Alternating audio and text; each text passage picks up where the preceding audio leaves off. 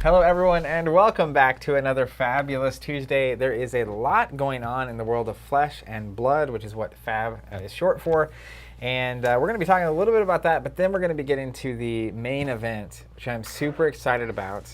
We're going to be playing some games. We're going to be playing some games. We've got new heroes that are so hot off the presses that we don't even have a card to pop up on the screen.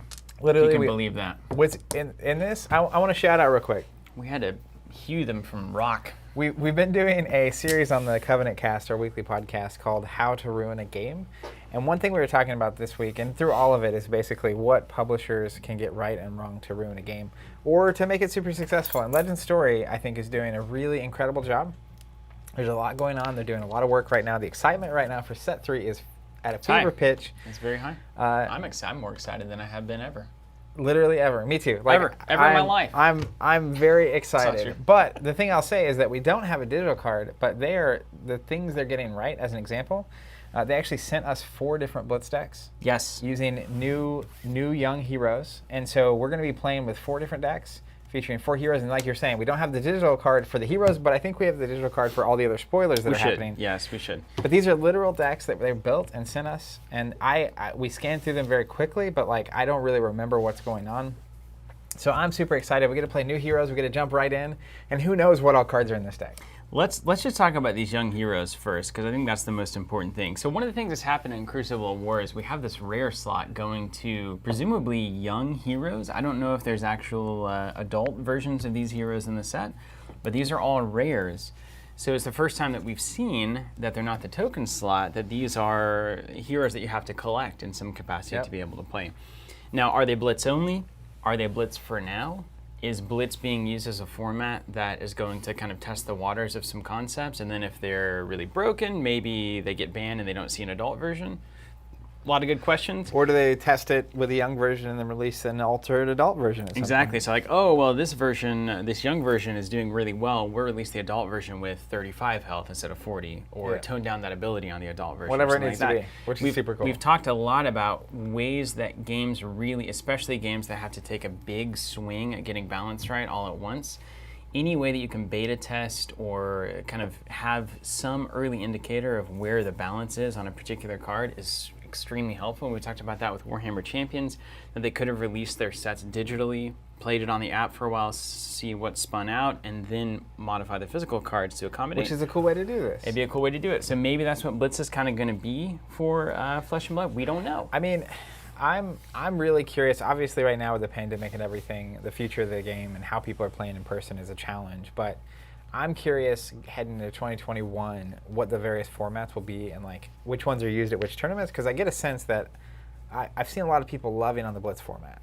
I'm one of them. Me too. But just in general, I think it's obviously a good stepping stone between sealed and draft and starter play all the way up to full constructed. It's pretty good to test most deck concepts as well. In a faster you can way. Just be okay, really quick. Game. Does this work? The one I was playing last week is really the idea is getting 3 attacks. The cards that I was running are not really doing that effectively, and my strategy wasn't quite working. So I can quickly see that, modify it, test again. Okay, that's working. Now I can go to the 40-point version or the adult version and start to actually realize that concept. But obviously those games are shorter, so some concepts aren't going to be as viable, like the big, massive, crazy turn. Anyways, that's true. You got that pitch tech and all that. The end of your, it's a different format. It's a different format. A few things I also want to mention, just a shout out real quick to all our Flesh and Blood booster box subscribers. Those I can hear those in the background right now being packed up. Yeah. Those are going to be set to arrive. If you're in the U.S., most people should get them by Friday, which is the street date, or a day or 2 after. But shout out to you if you want to automatically get those boxes moving forward. I know last night was one of the craziest things. Literally, it's worth discussing. I mean, we got the unlimited thing was announced. So literally, we entered preview season for set 3. And it's been tough for us. We had a bundle, which is set 1 and 2, with cold foil weapons from the first 2 sets that were given in that. And we ran out, and it was getting tough for us to source more product. And so we started feeling like something was going on, hearing some rumors. It wasn't just tough. It was impossible. It was impossible. Yeah. But then preview season starts for set 3, right? And we start learning a whole bunch about the new set. Even yesterday, I saw Rudy over at Alpha Investments open a box, and he got... Rudy's hilarious. Yeah, he is hilarious. He also he posted... I watched a video this morning where he was talking about how crazy things are going right now for Flesh and Blood, especially amid the pandemic. He's just can't get over it. But that said, he pulled a non-foil tunic. in the box. Fandel's Tunic, yeah. And so like speculation is like, is that one of the 2 legendaries in the set, or because I know they said they were underprinting the legendaries, right? Where it's like they still want it to any one legendary is going to be one in about 500 packs. So if there's only 2 legendaries in the set, you only get one every 250 packs. Whereas in previous sets there were 5, so you would actually see one every about 100 packs that you opened. So is it one of the 2, or is it literally do they do the 3 other that they're not including of previous legendaries just in non-foil? Because they also announced the unlimited thing. This is what's crazy. Like, I'm just trying to wrap my mind around it. It all happened at once. We don't really know what it means quite yet. So the unlimited announcement last night is basically because they're basically confirming set 1 and 2 are out. Pretty much anywhere you can get them. Gone. And they weren't out anywhere you can get them, but at like distribution they were out. And then what happened last night was crazy, but I'll get to that in a second. If you have sealed early edition boxes, either hold on to them or sell them on eBay. You will make a ton of money. People are crazy. I mean, this is like, once you tell somebody that there's no more, that's when things happen. Boom. Yeah, so literally what happened is, the way Unlimited works, and I'll tell you what happened, and then we'll speculate a little bit, and then we'll dive into the gameplay. But the Unlimited is going to be a direct reprint of the first and second set. Yep. Like, they're just going to get printed. They're going to be slightly different boxes, but it's better than that, actually, because they are cleaning up wording, they're cleaning up templating, and they're adding italics to abilities that previously didn't have them in cases where it was needed. And they're also putting the colored set. bubble behind the rarity, Yep. which is a super helpful thing. Like, as soon as you start seeing these new cards, you're like, oh, that's way better. That's way better. You're going to see the little blue, and that means rare. But that means a couple things. The major change beside that, like collectability-wise, is that any cold foiling, so previously the armor, the legendaries, and the fabled were cold foiled. Yeah. And the weapons, technically. But I don't think you could get cold foil weapons in the packs.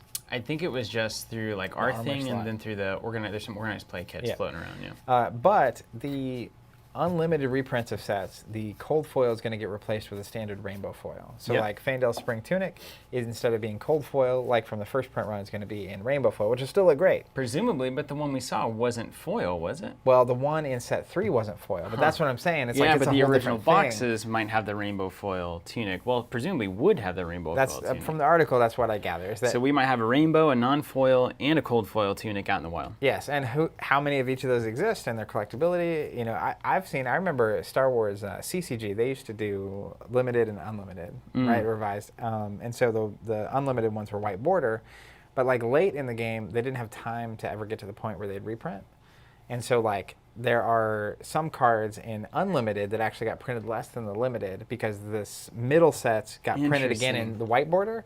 But they only printed it like once, when normally if there was enough time, they would have reprinted it several times. What a wild game we played. So like the collectability nature is like, well, actually the unlimited version is, anyways, all that to say, you'll be able to get more set 1 and 2. We have the bundle we're offering. We're going to be offering it again in the future. You can sign up for the wait list on that. We still have a few cold foil, not a few in the sense of what we had to begin with. Cold foil promo weapons still available that are going to be moving through those bundles. So that's still a very reasonable and good offering. It'll just be the unlimited set. Yeah, so we wanted to make that clear. That's on the website. Also, again, reiterate, if you want to get alpha print, first edition print of future sets, sign up for a subscription. You guarantee you get it. You get the exclusive promo, and you don't have to pay anything until a week or two before it comes out. Just do it now.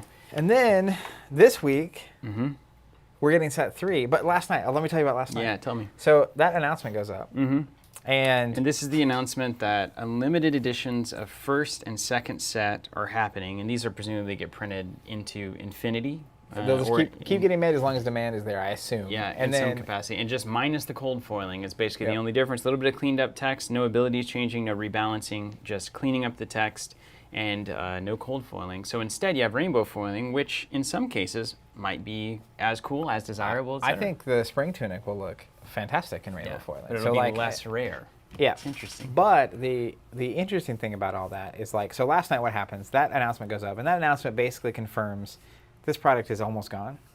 Like, it's gone. That's what that's saying. And then from the article, it said that the reprints or the unlimited prints are expected around November. Yeah, it's a long time. time. What that also means is that we're heading into set 3 here in August, and we have a couple months. So not only does it mean that if you want to get alpha first edition print, you need to order it now if you can find it, but also that, like, if you want anything between now and the next 2 months from these sets, now is the time. Now is the time, but where is it? So you can't buy it anywhere. There were a handful of websites last night, and eBay included. Did we buy them out? No. You didn't make the you didn't do Make the the big call? the No, I Bugatti move there? Just buy out the market. I mean, Somebody bought out all of our cold foils singles last night, and if you're watching, that was a very wise thing to do. well, that's the kind of stuff you start to see happening, which is like we all the even just the standard armor that cold foil was gone immediately. Yeah. Which is great. I mean, thanks for buying those. They probably would have been priced differently today if we had known, but c'est la vie. That said, the boxes started disappearing. And the boxes already, because when we were first doing the bundle, you could just openly buy boxes from a number of places at like the map pricing and maybe lower in some places. Right. And then you start seeing them disappear, and like website after website, it's just gone. Then they even had like eBay listings. And like you can look at the sold listings, and like from 2 or 3 weeks ago, it's like $78 for a box. What are they at? 100? And then they were already selling for 130, 140. 140, yeah. And you can't find the first set. You might be able to find it on eBay now listed. So this stuff's disappearing. Which this is all, how much of it is people like speculating, and how much is just like, I mean, I get it. I was tempted because it was like, I mean, we're not gonna be able to. This is my last chance. We're not gonna be able to get any more. Not even from like the first edition standpoint, like. Because ultimately, there's the collectible nature, but like, if I want to play Fandel Spring Tunic, I just need the card. Yeah. Foil, non-foil, whatever. It's cool that it looks good. Yeah. But like, and some people are all about the collectability, which is cool. But like, if I thought that there wasn't going to be a reprint, I would have been all over the singles market, making sure I got my Guardian Legendary, that Tectonic Complete the plate, collection, or whatever. It's like, well, if I'm going to get it, now is the time. But yeah, I mean, it was just like, you could just feel it, and people on Discord and on the Facebook group, like just everyone's freaking just out. trying to go. We've seen it before. Yeah. Now, what do you make of the fact that it's going to be such a long time before we see more product, right? So we talk about this on the podcast a lot about how Destiny had to reprint their first set, and it took forever. It seemed to slow down the momentum of the game. I mean, they recovered from it, except for the balance issues and the sets to come. Except for every other issue. I think there's some big differences, though, right? They didn't have that underprinting shortage when the game first came out. Yeah. So the game's been out for like a year. Mm-hmm. If you wanted it, and even now, I think you can still find the starters.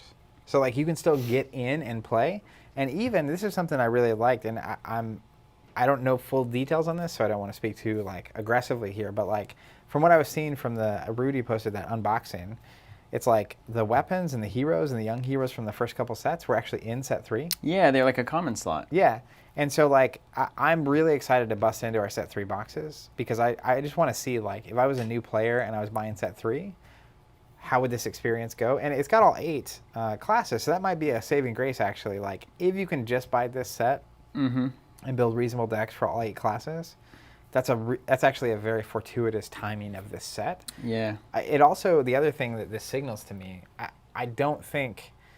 based on the conversations we had, that like the expectation was that this would run out by the time the reprint got here, and it's 2 months ahead of the curve. Yeah, so it's like one of those great problems to have. Quality still problems, a problem. Right? Yeah, it's still a problem, but it's not a problem as long bad. as people can actually still get into the game. So assuming set 3 allows for that, and if you're watching and you're out there and you're wanting to get into the game, if you want to get set 3, I recommend getting that when you can. Yeah, there's just no expectations. I don't know if they, because a lot of times you'll print Crucible of War 6 months before, and then demand spikes 2 months after, and now you've got like a giant player base that's going to gobble up Crucible of War, and it's going to be the same problem. Well, and now people know there's a first edition, and that like there's a limited amount of supply.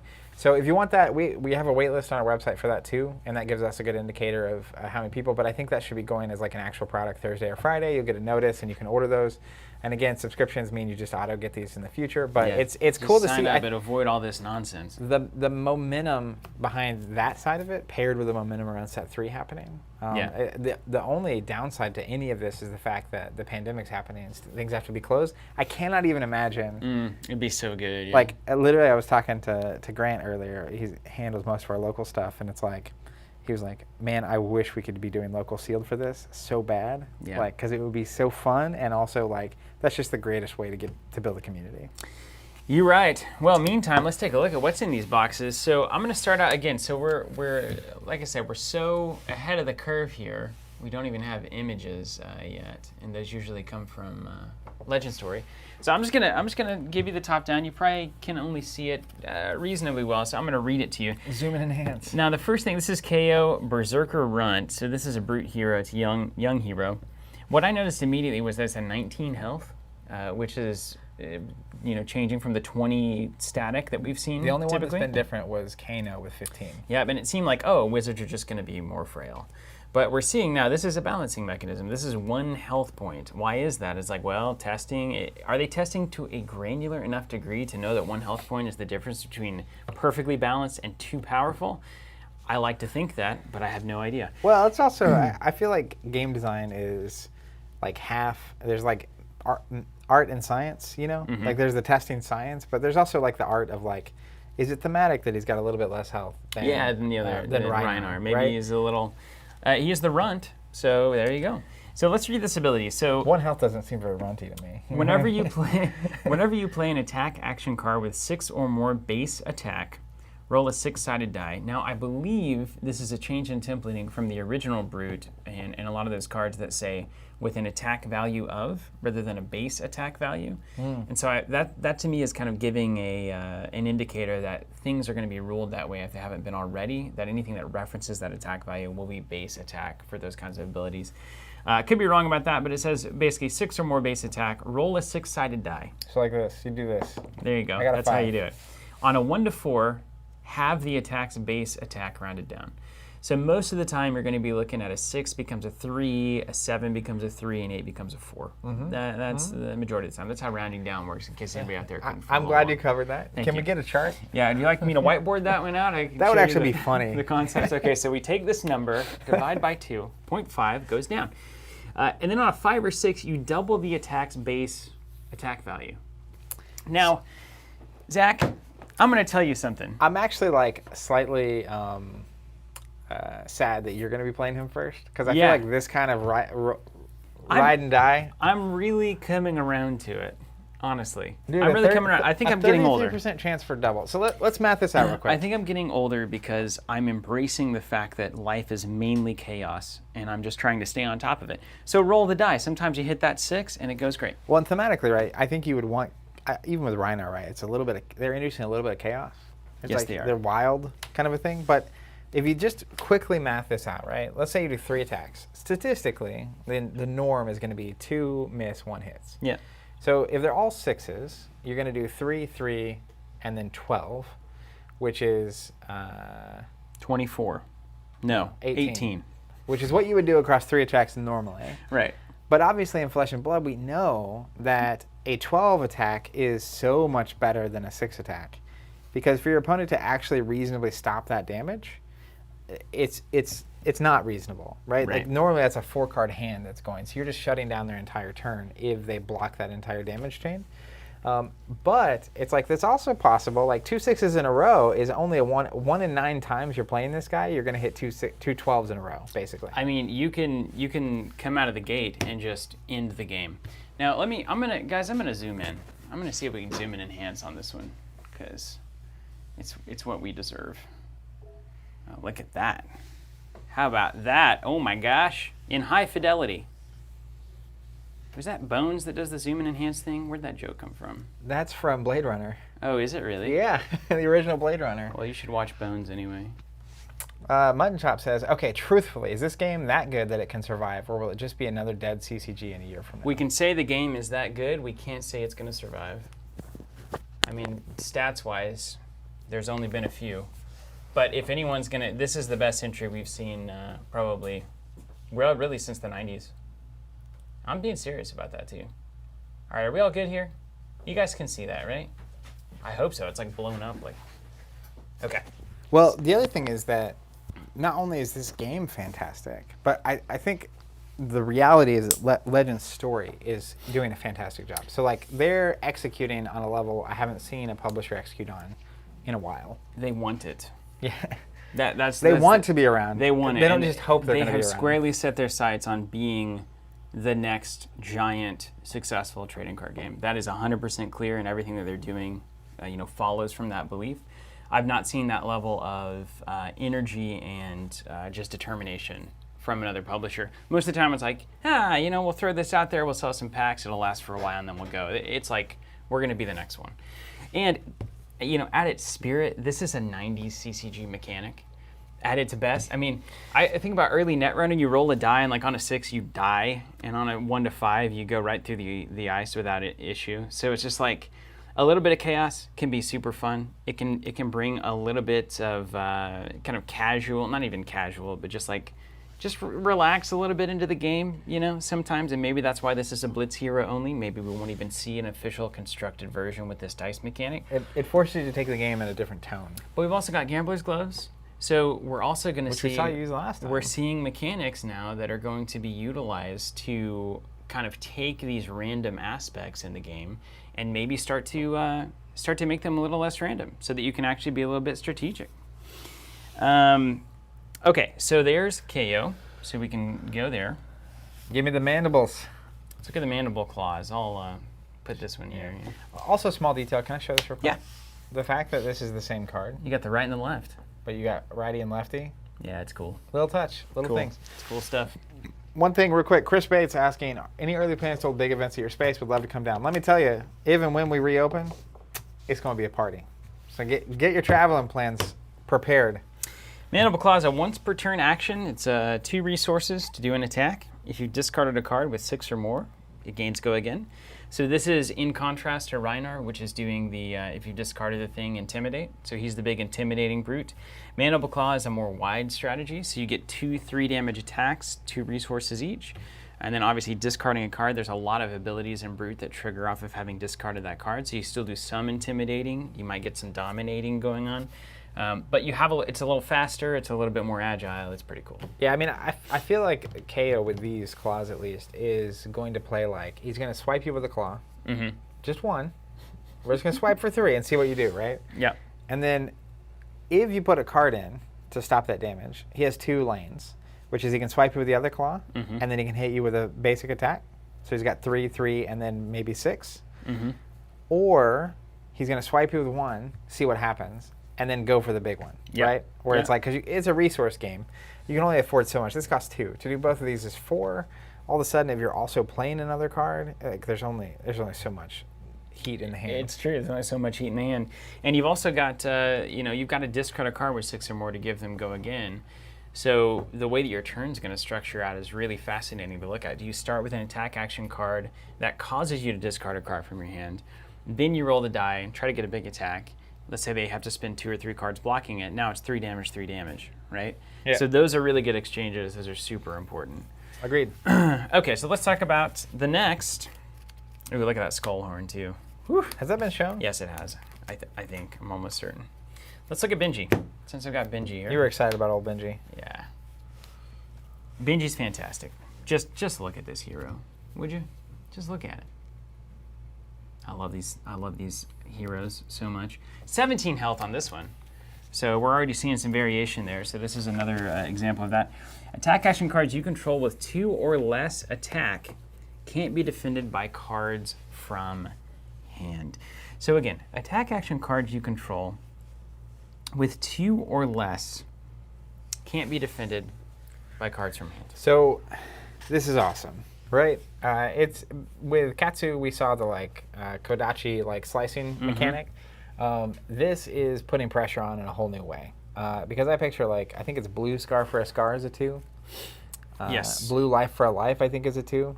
And so you get these high resource cards that you can just poke through damage, and the only thing they can block with is going to be from the arsenal, right? So it's going to be defensive reactions from arsenal on those small attacks. And I believe that does she have the needle that they previewed recently too? She does. And the demo deck that we have here actually has 1 needle, 1 Kodachi. Which I like. Which is absolutely fascinating. Because the needle You start can break, to see right? how you can do this stuff, though. It's Yeah. amazing. So this makes the Zephyr Needle make a lot more sense, in that if it's blocked with something that's higher than its value, it actually breaks the needle. So with Benji, you're basically saying you can't block the 2 or less attacks, and so as long as you don't have anything weird to do that with, I can actually get this damage through without worrying about my needle breaking. Well, but this says attack action cards, right? This is Well, it's different, though, because it says attack action cards you control. So this is obviously something that is happening with the game, because this has an attack action on it. So I don't think we've ever seen the text, attack action cards you control. It usually says when you play an attack action card, do X or Y. So I'm wondering if this is like a permanent now, things that are under your control that provide attack actions would be the Benji ability, basically. Yeah, I mean, Kodachi would also work, right? Mm-hmm. Yep. So, like, if that's true, then she just has 3 unblockable damage from hand each round? It could be. I mean, I don't know. Like I said, we don't really know. Link here asking, why isn't the game listed on our site? It probably is. There's a bug right now with the menu on certain mobile sizes that hides 1 or 2 game names. I'm going to link to it. But it's there. You can just click on the thing on the homepage, too. That'll get you where you need to be. So this is interesting for a number of reasons. We see, to me, I think this is the first time I've seen, you guys can verify this, attack action cards you control with 2 or less. That's like a strange phrasing, so it has to work with Zephyr Needle, I would imagine, right? Just has to.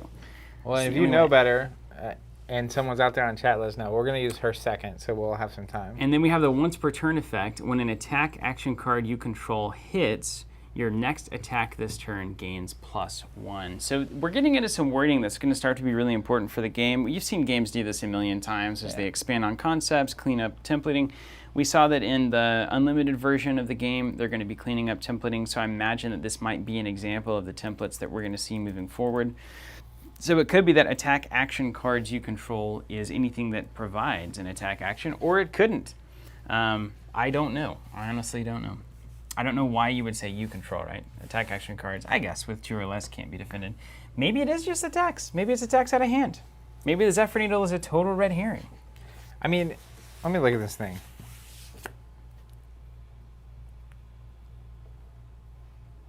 I think it's just attack action cards. I think it's just stuff from hand, man. With 2 or less can't be defended by cards from hand. What's that? Is that Zephyr Needle just there to break? It says if defended by a card with defense greater than its attack, but it doesn't say base attack. Right. So that's where, like, if you give it a +3, it's a 5. That's to block it with a 6 card to break it. That's fair. fair. Like, I think it's just a card you have to boost. Totally fair. In some way. And then she obviously, like, you can Kodachi, and then any 2s you send their way, they're just having to take in the teeth. Yeah, right in the teeth. Which is just the way it goes. All right, you ready for my 2? Yeah, show me what you got. And then we'll bust these out, and I'm excited. So this is, I think, the character I'm most excited about so far. I think it's Kassai. Kassai, I like Kassai, yeah. It's Kassai, the Centauri Sellsword. I love the idea of a sellsword, and so she's got a couple things. I'm going to flip it so I can read it. Your second sword attack each turn costs 1 less resource. At the beginning of your end phase, if you have attacked 2 or more times with weapons this turn, create a copper token for each weapon attack that hit. So that's insane. If she hits with, I'm going to go over here. We see a whole new mechanic here. Yeah, if she hits with double weapon, with a second weapon, basically, right? Hold on, let me read that. Beginning of the end phase, if you've attacked 2 or more times with weapons, and then you get a copper for each one that hits. So you're getting paid for your hits. Then we get these copper tokens. How cool is this? Which have action. This mechanic gets me insane. What's up, Van? 4 resources, destroy copper, draw a card. So you can spend and go again. So you can basically trade in 4 money for a fresh card with these copper in play. That doesn't seem that good. That doesn't seem that good. So there's 4 of them, and you know there might be a good reason in the deck that those copper get more valuable, but we'll have to wait and see. You guys are totally right, by the way. Chat totally right. So attack action cards you control. That phrasing is so that your opponent doesn't get the ability where you can't block out of hand for the rest of the game. So that's 100% right. I saw you control, and it was like, I guess that means weapons because you would control them. But no, it's just attack action cards. Yeah. So nothing fancy there. It's not overly, I was making it way too complex. But now we know. Now we know. This is how we learn. What's her ability? I already said her ability. Did where you get the free she gets swing? The copper. Look at the free swing. Didn't she have the free swing as the top one? No. Oh. Your second sword attack costs 1 less. That's it. I read that. But then if you hit with 2 or more, you get copper tokens for each one that hits. So she's just collecting some money. And then my second character here is the Data Doll Mark II. I don't know if this has been previewed or not, so that's fun. I think Rudy opened it in his box. But hey, check this out. Only 3 intellect. Did you notice that? I didn't. But that seems like a huge. This is one of the more insane things that I've seen. That's 25% less cards. 25% less. That's insane. So it says whenever a mech-knowledge item that costs 2 or less is put into your banished zone from your deck, put it into the arena. Yeah. So if it goes from your deck to banished zone, it just goes straight into play. That's right. So if you're able to banish cost 2 or less things, which maybe is in the deck, we would expect, you would just start building a giant board of items. All I know is that they sent us some M's. I'm just going to preview the bottom of that card there to get people excited. You want to without throw it actually in showing there? What is that anyway? We'll just show it. Oh, I think that may have been previewed already. The Visortronic Model I. It has, yeah. Action. I've seen it. Destroy Visortronic Model I. Whenever you boost this turn, draw a card and then put a card from your hand on top of your deck. Go again. So when you boost, and this is the whole thing with Mechanologist, right? They banish from top of deck. Mm-hmm. So if you, in this way, the data doll, anytime you banish an item, you just get it in play. And Arcane Barrier, too. I don't understand Mechanologist. Can somebody help me understand? Is the idea that you just fill your deck with nothing but Mechanologist cards and then just slap them on the table as fast as possible? So anyways, is that the idea? we started swinging. I don't understand. I think that's the idea. It's just, is it an autopilot? Is it supposed to be like an early, like, give this to a new player? Or is it supposed to be a punching bag? What's going on? Because it seems like the entire strategy is play the cards in your hand and keep playing the cards in your hand and do that until the game is over and hope that it works out for you. Yeah. I mean, I play a card from my hand. Maybe I get a free thing into play. Okay, that's good. Then I do it again. Then I do it again. Then I do it again. Then I do it again. And then, did I win or not? I feel like it reminds me of just, those like pure aggro decks from any game I've ever played where they're pushing the pressure on tempo and they usually are pretty easy to because there's only 3 cards in hand. So it's going to be really hard for that deck to defend. And then when you do defend, it's going to be a big moment. And when your opponent doesn't defend, it's going to be a big moment because then they're trying to set up for bigger swings than you've got. It's a tempo thing. We'll see. We'll play it, and we'll see what we think about it. All right. So let me zoom us back out here, and we'll get into some games. We'll actually take a look at these things. I think I'm going to play Benji first. Are you okay with that? I'm cool. Kassai versus Benji. That's cool, man. I'm a sellsword that fights for money, and you're probably fighting for honor, so that seems like a good fight. Yeah. And we got lots of swords going on. I'm always fighting for honor. And I'm always fighting for money. You know what I mean? That's why you're the CEO. Got something about bills to pay, mouths to feed. You like that song? Yeah, I'm just kidding. I'm quoting that song. How about that song? I haven't heard that song in 1,000 years. All right. Let's do this. I'm going to talk through I'm going to put my copper pieces over here. So she came packed with 2 Centauri Sabers, which I think you used that with Dorinthia last week. Right? I love the fact that you can mix and match these weapons. So if we can just take a second and think about the difference between Sellsword here, Centauri, and Dorinthia. So Dorinthia's ability to run both of these sabers and then get 3 attacks a turn is a totally unique Dorinthia only thing. Because I cannot do that. Nope. Instead, she's getting money. She's swinging less, but she's getting paid. So she's got to be playing stuff from hand to make that money worth something. It's just like, it's so great that you can just decide how you're going to... the ability for me to make an awful deck with all of these variables is incredible. You have a lot of room to run. A lot of room to run on this, man. That's actually so funny, the way you put that. The ability for me to make an awful deck. So I'm going to do this with my weapons. Now, for those who weren't with us last week, the Centauri Saber is a 2 attack, once per turn action, 1 resource attack. If Centauri Saber is defended by an attack action card, it gains +1 until the end of turn. So it's a 3 if you block with a, an attack action card. I don't know what a whatchamanot is. A whatchamahoozit. All right, I got the Iron Rot helmet.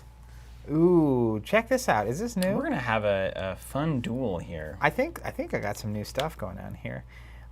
We have the cards ready to go, right? Well, we think so. If I say this, it'll pop up, hopefully. Have you seen Courage of Bladehold? Didn't we preview that literally last week? I don't know. The answer is yes. I wasn't using it, so I don't remember. Courage of Bladehold is action. Destroy. I've never seen it once before. Destroy Courage of Bladehold. I'm not good with spoilers, dude. I'm not good. Your sword attacks cost 1 less this turn if you destroy it, and it has go again. It also has temper if you defend with it, and it goes to 0 armor, then it gets destroyed. It's that one, it gives you a Bugatti turn, like a big, oh my gosh. Because with Dorinthia, that's 3 attacks for free. Yeah. Which is really nice. That's super good. Then I got the Iron Rot Gauntlet, and then the Refraction Bolters, which we have come to know and love. And Jared's saying, rightly, there was a card shown that can be paid for with copper, silver, or gold tokens. Now, I'm going to wager that some of you watching have played games like Dungeons & Dragons before. I know that may be a bit of a stretch, but for me, having copper and gold and silver hits me right in the 5-year-old, well, probably 7-year-old starting to play D&D brain. Kind of get your coppers. And it makes me crazy excited, and I don't really know why. It's just like it's just that, it's fundies, right? It's just like, yeah, we're not making it overly fancy. It's copper, gold, and silver. Yeah. It's what it's always been. It's what it will continue to be. Just love the idea of a sellsword getting coppers. Like, that's my theme. Yeah, right it's now, great, right? Okay, It's absolutely cool. great. I'm also bringing the Zen State aura in, and that's one of the new combos for Ninja, as I Jared understand says, it. "Oh yeah, hits me right in the D&D brain." Yeah. You had to like manage it back. I remember those old character sheets. You had to manage it, and you were like writing it down, and you could never erase it adequately, and it was always just like smearing everywhere. And I don't know. It's very, that's very cool. I had a great time with it. Still do. All right. So by the way, the coppers are common, Yep. and these are all foil. They sent us all foil copper. That's great. I wonder if they're always foil. I hope we don't have to send them back. Wouldn't that be funny? Oh, these aren't going anywhere. They could always be foil. Yeah. I these looked through and things see are all always these shiny. Majestics. It's Yeah. like, but then I remembered some Money's Majestics always are shiny. a lot more common now. But still, only $6 a box. That's true. Yep. I feel like maybe we should go back to the copper standard. Tie our currency to something. Whew. Going back to our roots. Anybody want to talk about the gold standard while we're here? Let's get some geopolitical, Anybody- economic issues on the table. You know what I mean? Print it. Print it. Let's go. Hey, did you cover this card? I almost said the name, and I feel like John would just pop it up. Yeah, I did. I talked about it. It's the new result of the new combo, the new ninja combo. That- Zen State. I love that art. Oh yeah. Oh yeah, don't oh, you know? yeah. I feel like if we were gonna make a playmat, that'd be high on my list to put it on there. Yeah, that'd be a great playmat. Yeah. That'd be a great playmat, especially if it was like your face, my face on there. You could get your face put on the Zen person. We're gonna have a contest, okay? Send your email to. Just kidding. Okay, here we go. Now there is some cool. Yes, Jordan, this is new ninja called Benji the Piercing Wind. We can't pop it out for you. We'll post it on social as soon as we get those images. But it's one that says attack action cards you control with 2 or less attack can't be defended by cards from hand. So basically, I can do little attack actions from hand, which is cool. It allows you to run like the blue attacks in a much more effective way. And then once per turn, when an attack action card you control hits, your next attack is +1. And then I'm using the Zephyr Needle and the new Kodachi. Kodachi. And we actually have little notes too from them.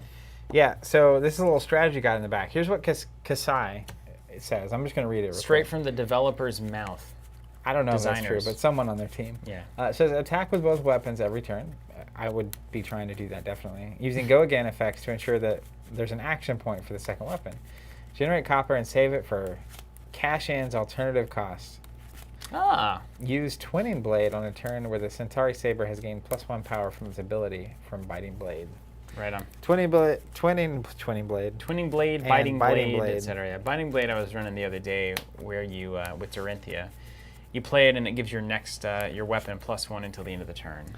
I feel like this, by the way, is a trick I'm going to use when I'm making decks for new It's people so more smart. often. It's so smart. All right, even Steven. Wait, there's a merchant hero? Jared, what are you talking about? Where is that? I once wanted to play Ultima Online so badly just because I wanted to be a merchant.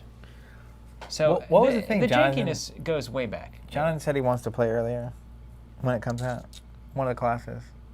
Alchemist. Alchemist, yeah. And I want that's to play it. Illusionist. I will die to play Illusionist. Merchant Hero? On their website? Is that new? I can't keep up.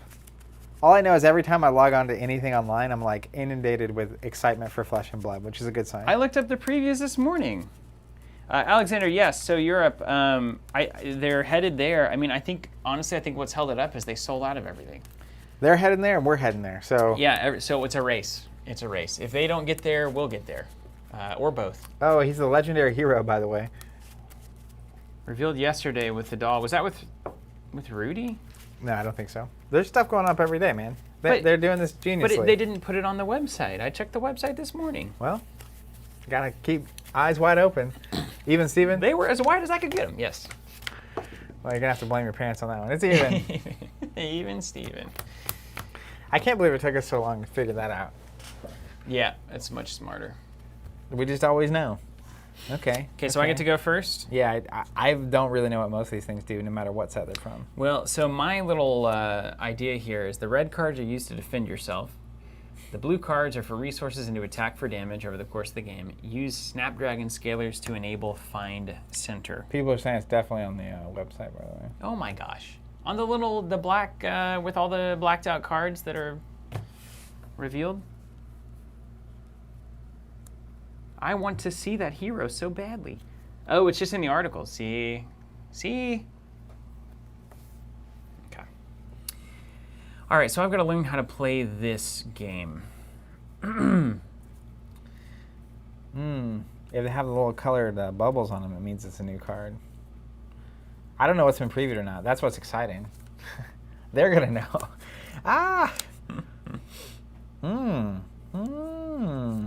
I see.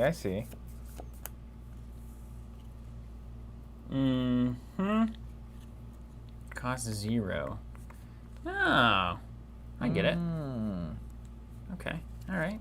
I'm with it. And I get my free mulligan, basically. You do get a free mulligan. Come and get it. Okay, coming at you. But I can't block 2s from your hand, from my hand. Let's start out with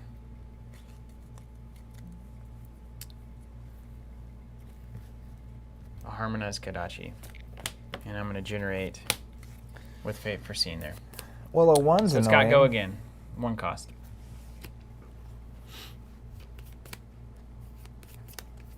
That's such a good card.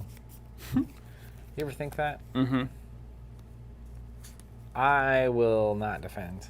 Okay. 1. Take 1. Oh, I need health. You don't have to have it. I don't have to have it, you're right. Man, I sure look at our cold foils differently now. Like, we got this thing, the Talismanic Lens, in cold foil, and I think a vest in foil. Yeah. All right, when an attack extra card you control hits your next attack this turn gets +1. Oh, I get it. I did that wrong. So you got a 1 floating. Do you want to flip, drop, and reverse it? Yeah, hold on. I'll show you the better way to do this. Okay, great. It's a new deck, right? Start with a head jab. Cost 0. Go again. 3 damage. What? So now, basically, if you let this hit, then the that's Kodachi from- comes in at 2. I love that card. That's in the Ira deck that I played. Yeah. She's one of my favorites. Yeah, post the link. Post whatever links you want. Well, I don't think it allows them. Ryan's the guy. Ryan did it. He just admitted to it. Ryan, we were talking about you earlier in passing. Oh, he bought all the cold foils from us. Bought all the cold foils on the TCG Before store we could last have night. any business hours to respond. That's smart. Smart person. Get them while they're hot. I don't know. I guess I get cards back. Yeah. You draw again, yeah. They can't be good enough to not pitch, right? I mean... Jonathan, you're asking, will there be new merchant cards? My guess is going to be you're going to buy other factions cards. You're a merchant, right? Block with a Blue Warriors Valor. All right, you did it. Congratulations. Block while I can, Yeah. So then let's do Harmonized Kadachi. Take 1. Rinse and repeat. And then I'll pass. I was hoping you'd come at me with that Zephyr though. That's all I'm saying. Throw this into my arsenal. Yeah, right? All right. I draw back up, because that's how that works. Me too. Oh man, this is going to be such a fun play style. Wow. See, it's all new to me, no matter what, because I haven't played Warrior. This is exciting. You haven't played Ninja either, have you? I haven't. Well, yeah, a little bit. Maybe a pinch. All right, let me do my math.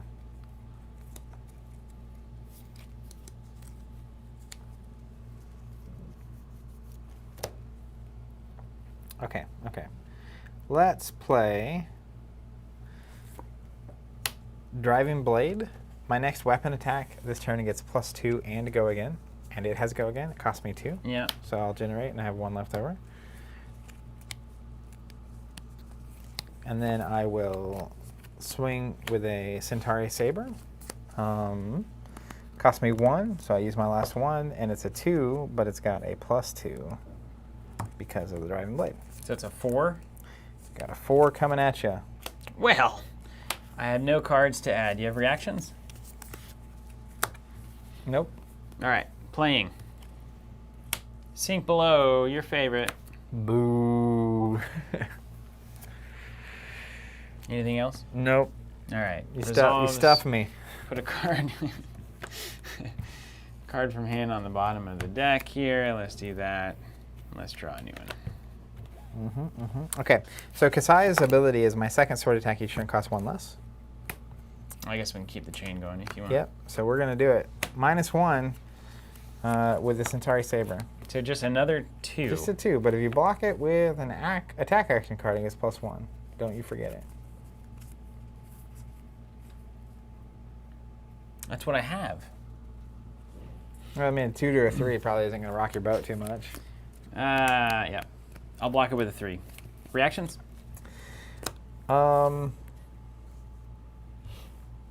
That's defending with a card from your hand. Sure.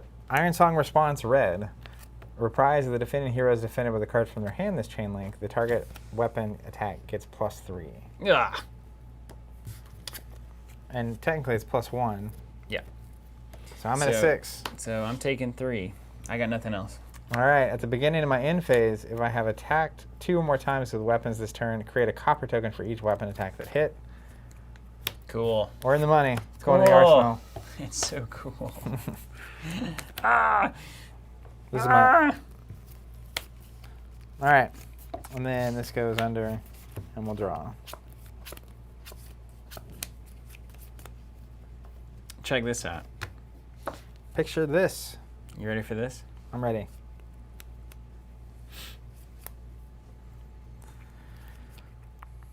Okay. Soul Bead Strike blue, 0 cost. If it hits, it gains go again. It is a 2 attack, so you cannot defend with cards from hand. Is that new? Yeah, that's maybe. a great card. Look at that art. Hold the phone. Hold the mic and the phone at the same time. What in the? That's like the craziest. Like, is that her hair? Whatever it is, it's wrecking you. Soul Bead Strike. What is happening here?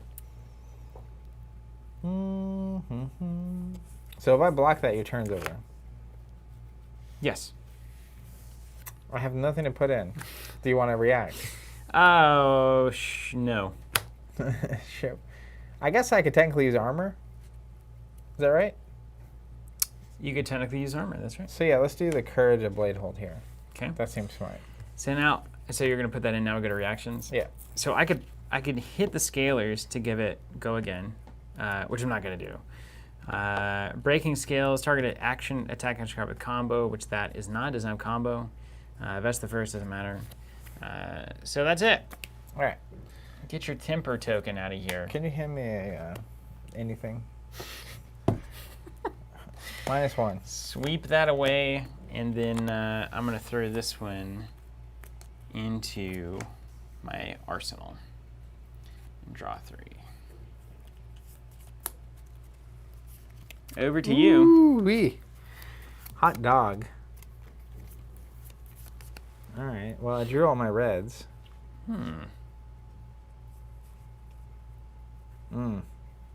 These are good things to know. Are you good yet? Nope. All right, let's do this. Generate 3. I'm going to play Spoils of War. That card seems good. My next weapon attack this turn gains +2. And go again. Whenever a weapon I control hits this turn, I create 2 copper tokens. Whoa. And it has to go again. Okay, can't let it happen.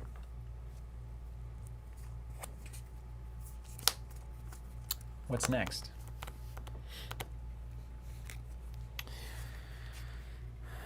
New Ninja, oh yeah, starts with 17. So I should be 3 down. I forgot about that. We have to pay attention now. We do have to pay attention. Let's go Nature's Path Pilgrimage for 1, red. My next attack is +3. And if it hits and I have no cards in arsenal, which I do, I could reveal the top card of my deck, and if it's an action card, put it face down. It's a cool card. Great art on that, too. All right, we're at +5. Let's pay 1 for the old lefty. Centauri Saber for 7. Deal with it. 7, and the attack gives it the +1 there. If it's an attack action, yep.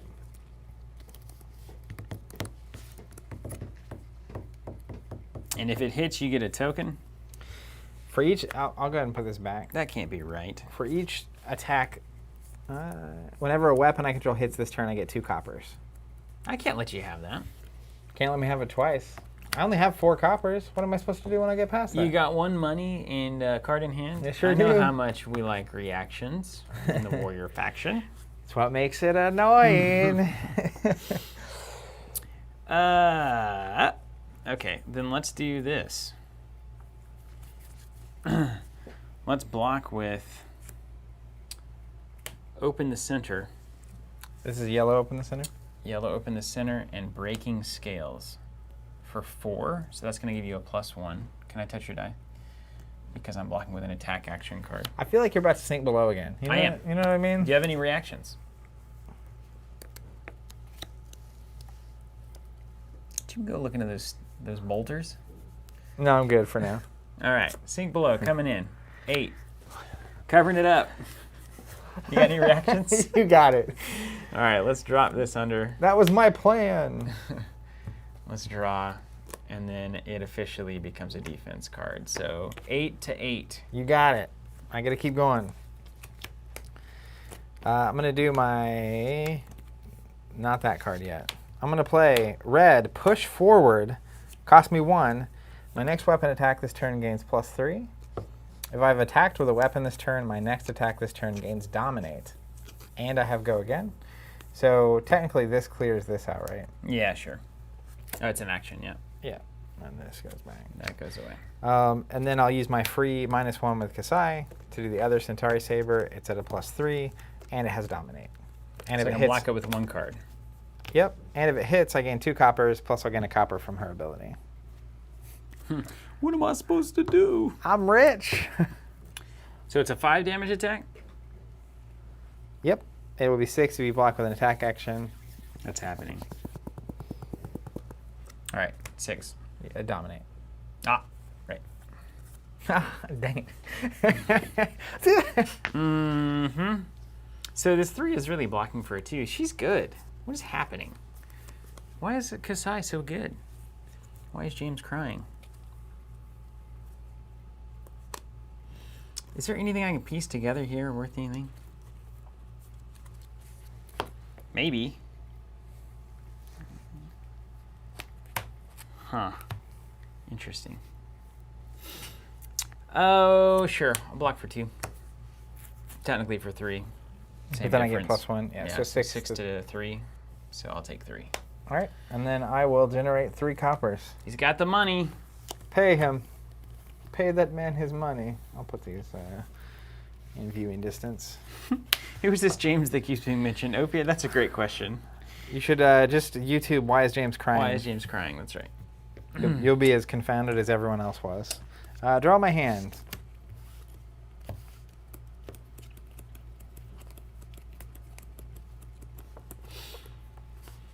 Okay. Well, you know, sometimes you just gotta do weird stuff, don't you? Let's generate some money here for a sword swing. Cost me 1. It has go again, doing 1. I'll take 1. Interesting.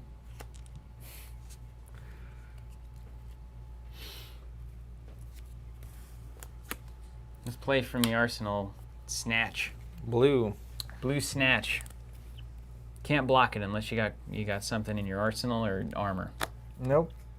2 damage. I guess I could armor it. I need these cards to have go again. What am I missing? How do I give it go again? Snapdragon's my only option. You have 2 resources left? 2, but no cards. But you would have a card if I let you draw one. And no go again, Oh, more specifically. take 2. Take 2. Call me in the morning. Well, you can arsenal it. That's right. That's what I'm doing. And it's going in.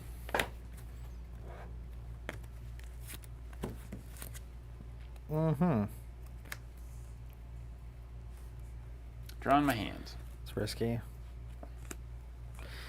All right, you ready for this? Yeah, we do have cards that work with copper. Zach might play them. I better have them. Or Otherwise, you can spend 4, draw a card. no, not that yet. We're gonna play a yellow driving blade. It cost me 2, so I'll have 1 floating. It says my next weapon attack this turn gains +2 and go again, and then it has go again. And then I will, of course, pay 1 for this is Centauri Saber at +2. It's a 4. Man, you're good. Very good. Kassai? Mm-hmm. The heat just keeps on coming. Mm-hmm. Ugh. You're doing what, 4? I need to find cards that I think are going to work here.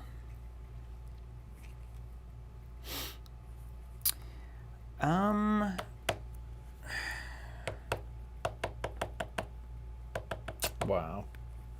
These combos are a lot harder without the search effect. What, like Katsu? Yeah. So this is a card I want to play. This is a card that doesn't really matter as much. We'll block with 6. Okay. So I'm at. Is one of those an attack? Yeah. So I'm at 5. Mm-hmm.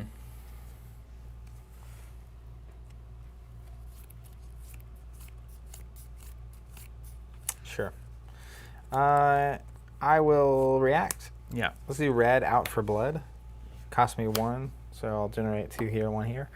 It says target weapon attack gains +3, and then reprise if the defending hero is defended with a card from their hand this chain link. My next attack is +1. Okay.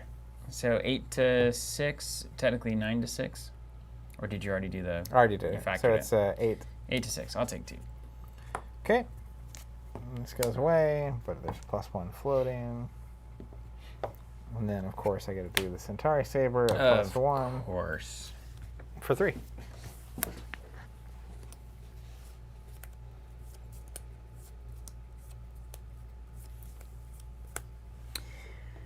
Oh,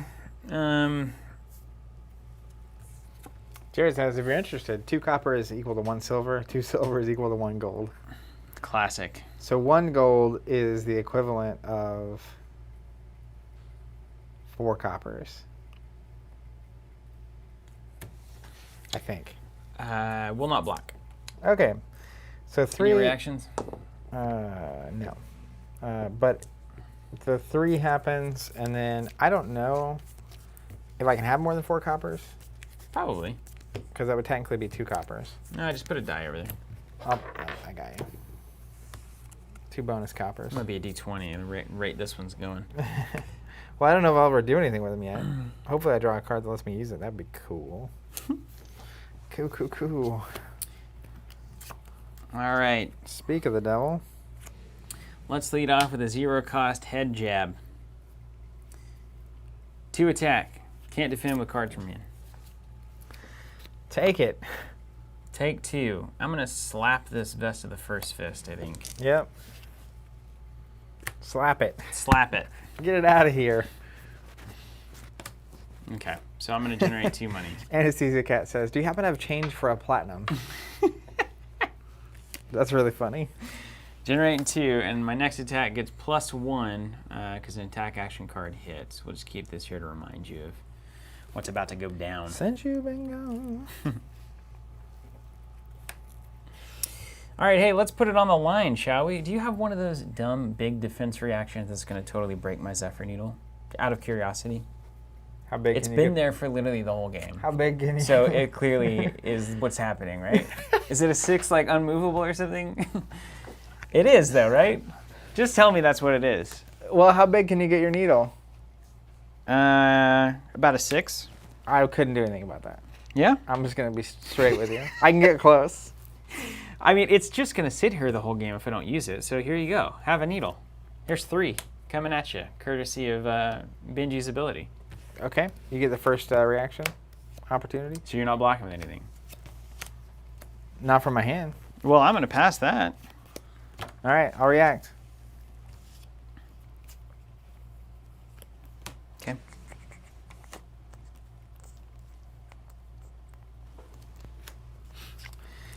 Generate 2. Mm-hmm. 1 left over. We're going to play Steel Blade Shunt, yellow. If it defends a weapon, deal damage to the attacking hero. So it's a 5, and I'll send 1 back at you after this is over. All right. I'll respond with this one. Razor Reflex. Give it +3. This is Red Razor Reflex. Red Razor Reflex. Coming in at 6. You got me. All right. I take 1, you take 1. It's just a classic exchange. Okay. You're not broken. Good for you. And then I'm at 5 health. I'm going to destroy this in op 2. I need to start winning. Yep. You're only 8 down. Mm-hmm. But I got these coppers burning a hole in my pocket. I know, right? Actually, I don't mind these. I'm going to put 1 Kassai on wants to go to the mall, buy some new armor. Okay. And then this one goes in Arsenal, and then we go to you. All right. Mine? Yeah. This goes under. Oh, here's the good cards.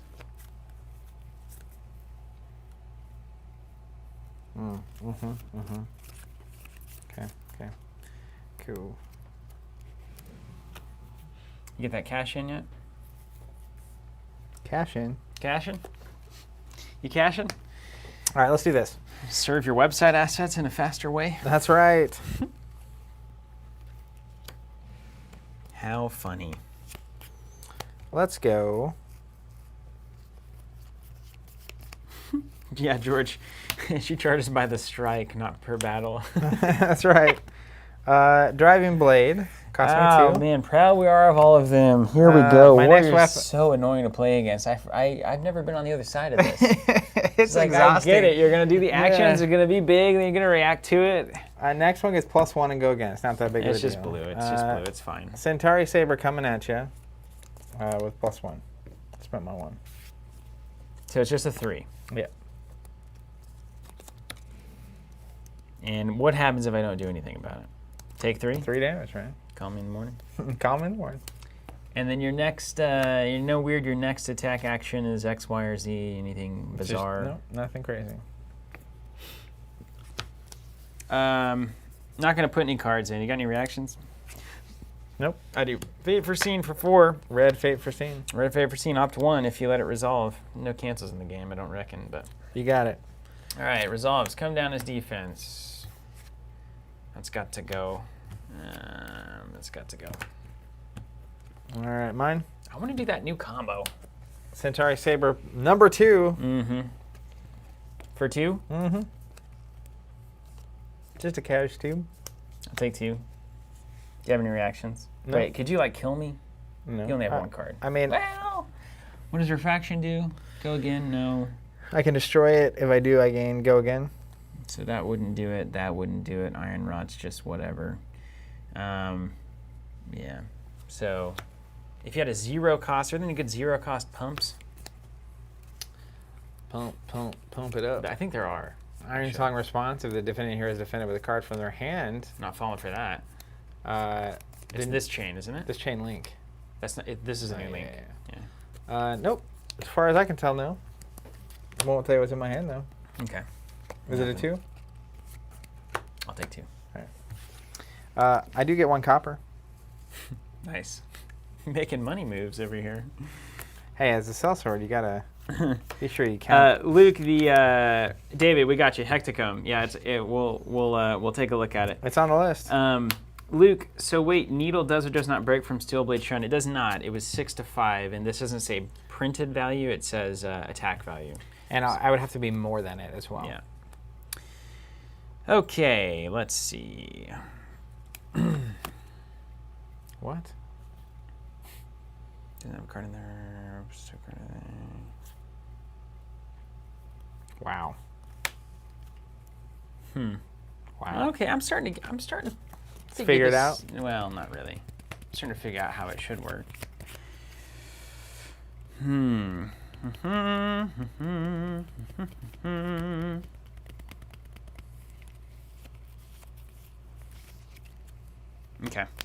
I'm on it. Let's do Life for a Life, blue. Generate 3 money, cost me 1. Can't block it with cards from hand. I have no block cards yet. You don't want to throw your Iron Rod into that? You got 2 of them. You haven't used them yet, have you? Just saving them for the right time, you know? All right, take 2. Yep. I'll go to 4. I have a plan. Okay, and that was an attack action, so my next attack is +1. I guess I'll leave this up here for chain reasons. Yep. Gains go again because I have less life than you. Now we've got to start thinking clearly.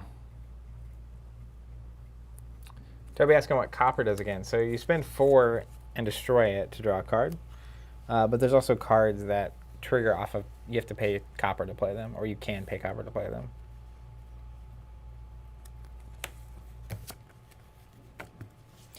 And Kassai is tired of having heavy pockets. Here we go. From the arsenal, Promise of Plenty blue. If it hits, we both put the top card of our deck face down in our arsenal, unless we already have a card there, in which case we don't. So this guy would get a free arsenal card. That seems good. Yeah. Okay. So 1. If it hits, and if it's played from arsenal, gains go again, which it was, so it'll have go again. All right. I now see why you're trying to call out my gauntlets. We'll put a gauntlet in. Okay. Reactions. It's actually 2. It's a 2. Next attack is +1 because of the life for life. Making me work for it. Woo! 2. There we go. Let's give it +3 with a razor reflex. Oof. Target attack action card with cost 1 or less gains +3, and if it hits, go again. All right, take 3. Take 3. I mean, interestingly, I'm down to 8. I'm gonna resolve this. You were definitely like pinging me. How quite cool often. is this, though?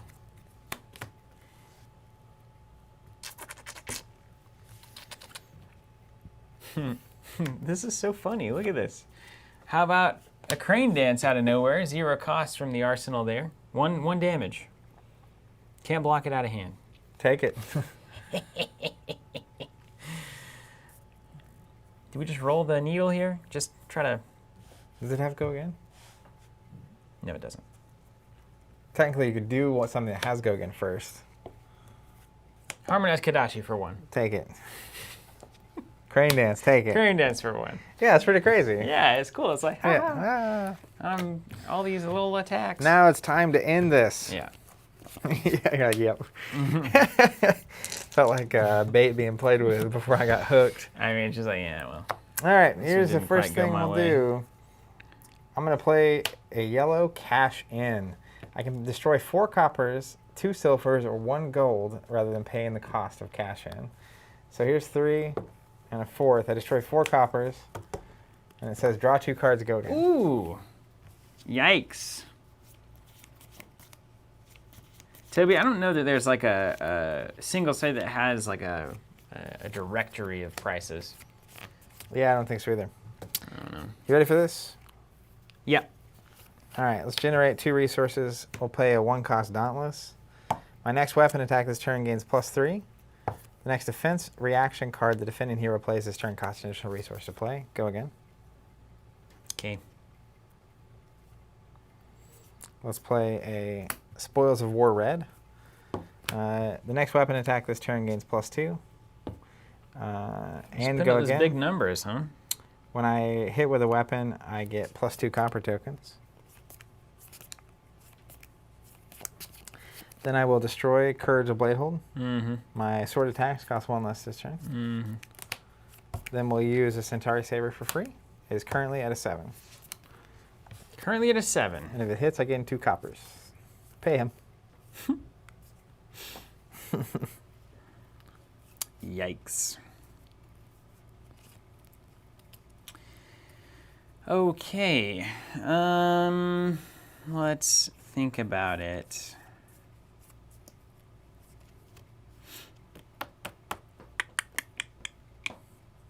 Wheel. None of my combos are working. Well.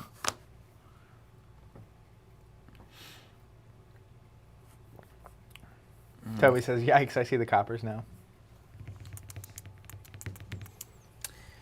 So what's the difference between 2 life and 1 life? It's actually pretty good. Did you defend with these already? Not the helmet. What'd you defend with last time? It was the gauntlet and the boots. They've got armor too? Yep. Gosh, why are you wearing all this armor? 7? 7. It's 8 if there's an attack in there? You got it. And your first reaction this turn costs +1. That's fine. I've got to pay for it all anyway. Pay him. Okay. So what you're saying is I block with this, and then you do another one. And then I try to block with that. All right. Not going to put anything in. Wait, you could have reactions, right? You got money and stuff for days. Sure could. I don't know. I don't know if there's a way to do this. You know, 1 might matter, I guess.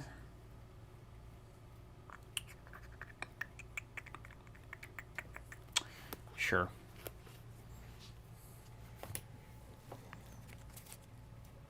Put a 2 in. You can get your +1 there. We'll go to reactions. You're first. I'm going to not do anything because you would lose. Yeah, flick flack. Cost me 1. Red, flick flack. Generate 3. 6 to 8. 6 to 8. So you're currently would have 2 life if I did nothing. You have 1 card in hand, so that's right. That's a problem for you. If you have a +3, you got it. Red, out for blood. +3, you got it. +3. Can't Where's do your anything. Nothing. It's harder to hit the combos.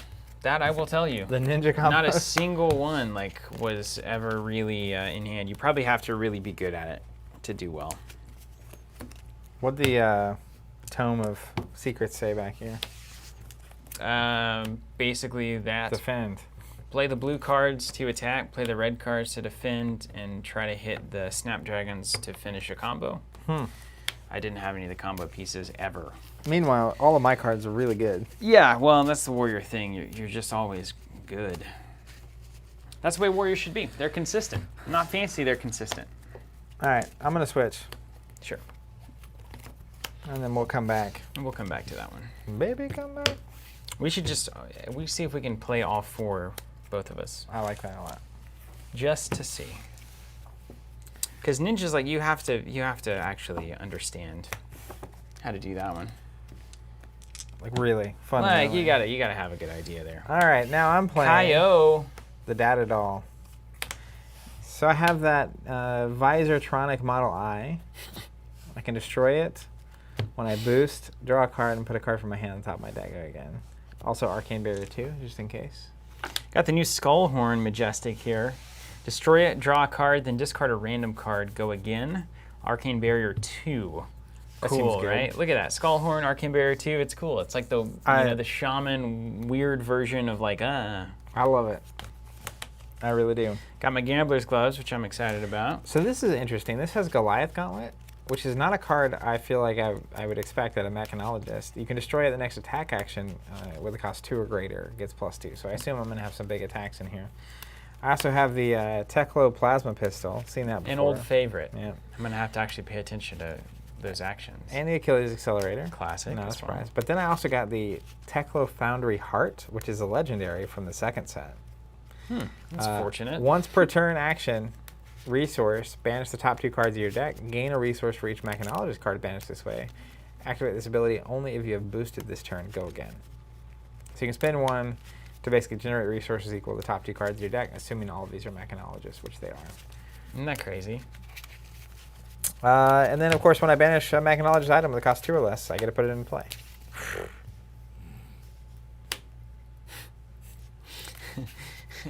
It writes itself, man. The strategy guide on the back says be aggressive. Aggressive. Don't defend often.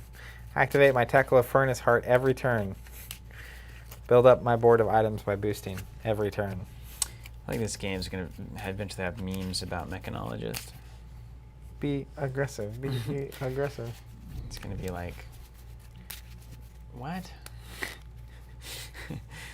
I don't need to. I think mechanologist is going to be a good. Mechanologist is really what I would want to test against first. It's like to see if you can beat it. It's the wall you have to be able to jump over. Your deck's not good enough. What's up, William McCartney? Just got my Hero Pack sub. Was on the wait list. But yeah, we had a limited number of those open up for Marvel Champions. Up. Yeah. I have a post scheduled, the social post, because you don't want to post too much too fast because your posts cover each other up, like That's right. in terms of what they'll show in the feeds. And so I scheduled one for later, but I also set a reminder beforehand to make sure we still had them. Oh, right on. Well, that's a good problem. I know, good problems, right? Yeah. Well, there's only so many spots available. Supply for that game has been tough to come by. Yeah, Lion, your line is totally right. You know that one where you're sweating looking at the buttons? Oh my goodness, yeah. Attack, attack. That's actually very funny. What should I do? Attack or Attack. No? It's actually like I have 3 attack, cards. What do I do? Attack plus is it called banish? Yeah, banish. Yeah, attack, boost, or attack. Attack, boost, attack, or boost, attack, attack. And I'm going to be candid. I said this on the last stream, and I want to measure my words here. But essentially, mechanology is probably at the bottom of my preferred classes. And I asked chat last time, and it was like 50-50. It was literally either love it or don't like it, which is cool to see. I like that diversity in what you can pick. I think that's very healthy. But it is very just it's not as fantasy to me, right? It's leaning heavier science. You have the steampunk stuff and stuff, so I get it. But it's funny, even this, the Data Doll Mark II. I'm sure some people out there see this and they're like, oh, yeah. Ooh, yeah, that's the Actually, one. I can picture, I know at least 2 people right this second that would love this character. This is funny. Anesthesia Cat says, the board right now looks like off-brand Tetris. Okay, Kaya with the claws. Now, you could also throw the Romping Club on Kaya, which is cool. That's what I'm excited about. I know, me too. So we're going to get our boxes on Friday, which I'm excited about. We won't even open them. I might open one because I have You don't open a box without me. Well, you can be here. Put Dominate cards into the arsenal to set up a big turn with the Bellow. Save the gloves to reduce variance on a key turn. That seems reasonable. Energy Potion is for Blood Rush Bellow plus Mandible Claw. Got them gamblers going, man. Okay. But then on Tuesday, we're going to come into stream, and we're going to be opening some product and deck building. And, man, it's going to be... I can't wait.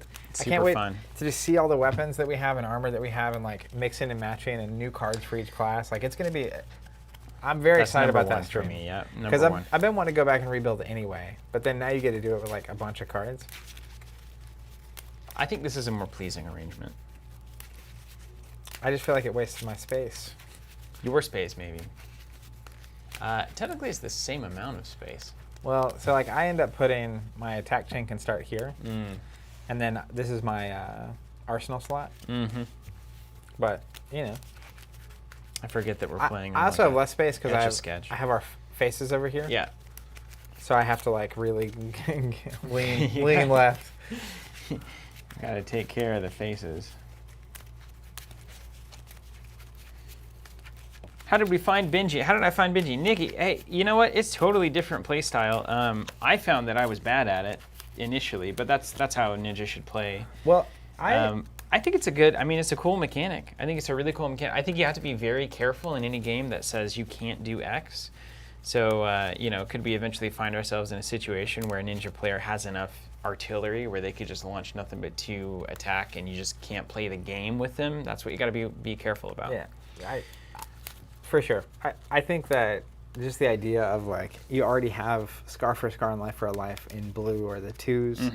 Mm-hmm. So you just have a bunch of attacks and you have those little attacks and then some attacks you can't block. I think she's going to see play. Yeah, definitely. Yeah. Now the real question is Benji basically going to be an answer to a meta that has a lot of equipment that's blocking in it, or vice versa?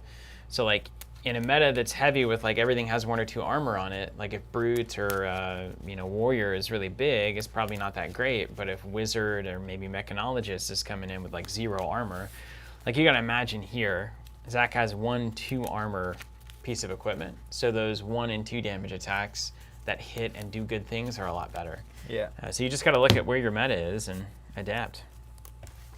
But isn't that the story of why we're here? 30 years later? Even Steven? Yeah. That was a 3. I'll take it. Yeah, sure. It's a die. All right. Ooh. Do you know what sleeves these are? No idea. From the feel? They're not katanas. I think these are a Dragon Shield mat. Are they? Or they might be Ultra Pro. If they're dragon shields, then the katanas shuffle much better. These are sharper. Definitely sharper. Yeah. The information you all care about. Okay. So you're going first. Hey, that's a welcome difference. Hand size 3, please. Oh. Robot man. Data doll, please. Don't assume things about me. That's true. Well, let's go. Let's do what they said I should do. That's a good start. First thing I'll do is I'm going to generate a resource to use my Teklo Foundry Heart. I'm going to mark it with blue when I've used it. Once per turn action, That's my life. banish the top 2 cards of my deck. Gain resources for each Mechanologist card that happened, which is 2. Activate this ability once, only if you have boosted this turn. I can't do that yet. RTFC. All right. Otherwise, a great play, though, really. How do you boost? You have to play a card that has boost on it. If you don't have any of those, then you're doing it wrong. There it is. There it is. Okay, okay. Cool. I'm going to generate a resource, and we're going to play red Zipper Hit. It has boost. As additional cost to play Zipper Hit, I can banish the top card of my deck. If it's a Mechanologist item... It's not. No, Mechanologist card. Sorry. It gains Go Again. So it's a 5 damage attack with Go Again. But if that were an item, it would come right into play. Yeah. That's insane. Yep. What's going on? What's going on?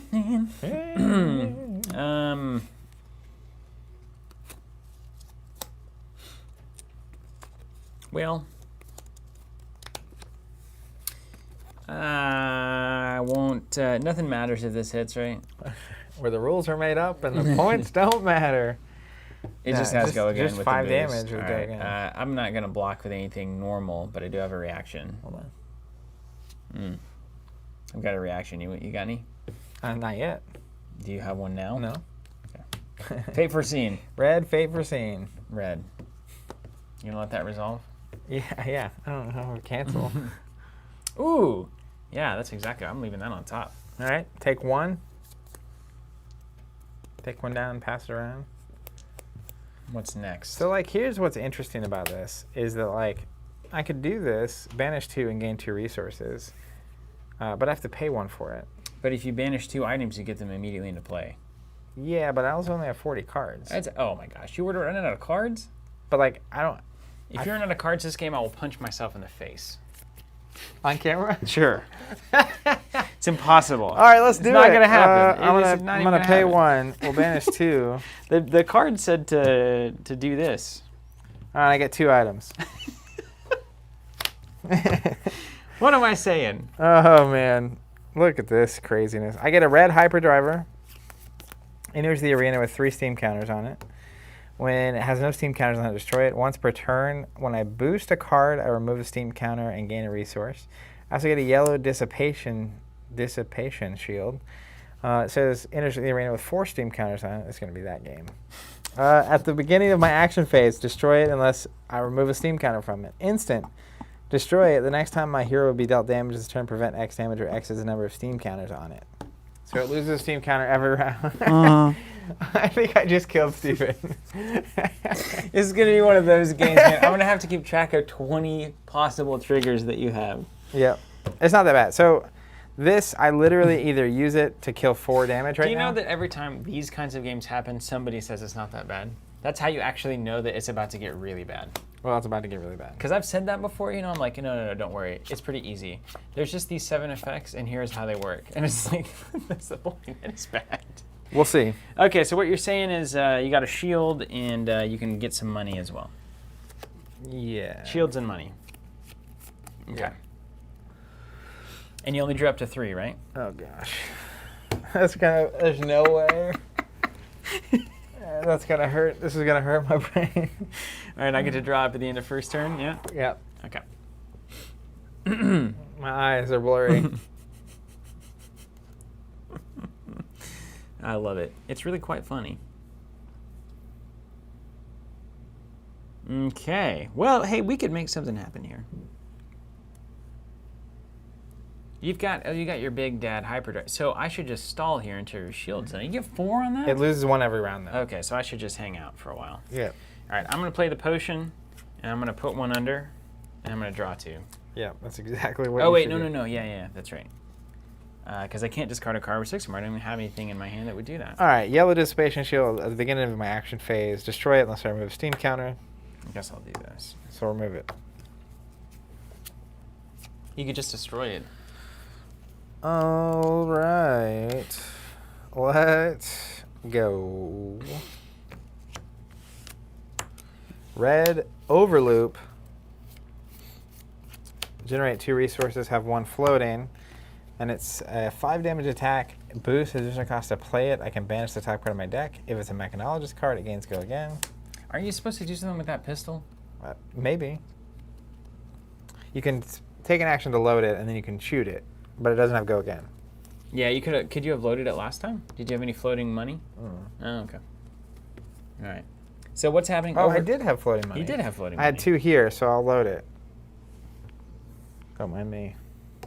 We're going to have to make counters like a mechanologist set. Oh, yeah. And anytime somebody Well, orders them, I'm we going to got- send them a card and say, please stop playing mechanologist.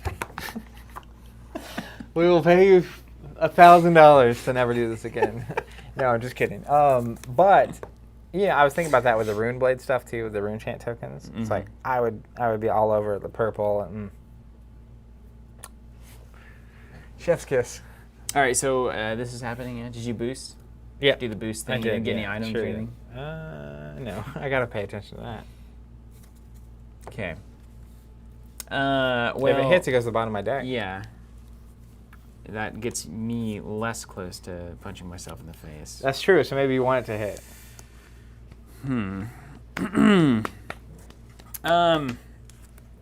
How about? Oh, this costs money. I have to pay for this. Oh.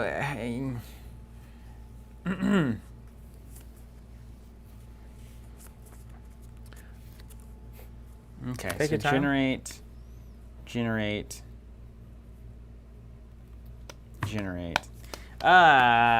Sure.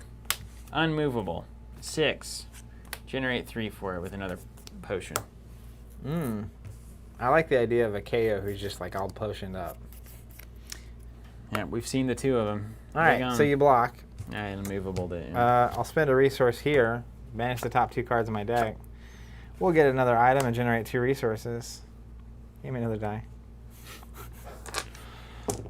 Thanks. You get any This items? is the yeah, I did. This is I'm out of space. This game is going to kill me. It is. We're just gonna laugh the whole time. Blue cognition nodes, action resource. If there are no steam counters on the cognition nodes, put a steam counter on it. Go again. Once per turn, attack reaction, remove steam counter from the nodes. Target attack action card gains. If this hits, put it on the bottom of my deck. That's not a big deal. You can just keep cycling. That's actually I fortunate. guess I should have used my hyperdriver earlier, but it doesn't matter. I got nothing to spend my money on. You can always shoot that pistol and load it again. Well, the shot though doesn't have go again. Oh, good.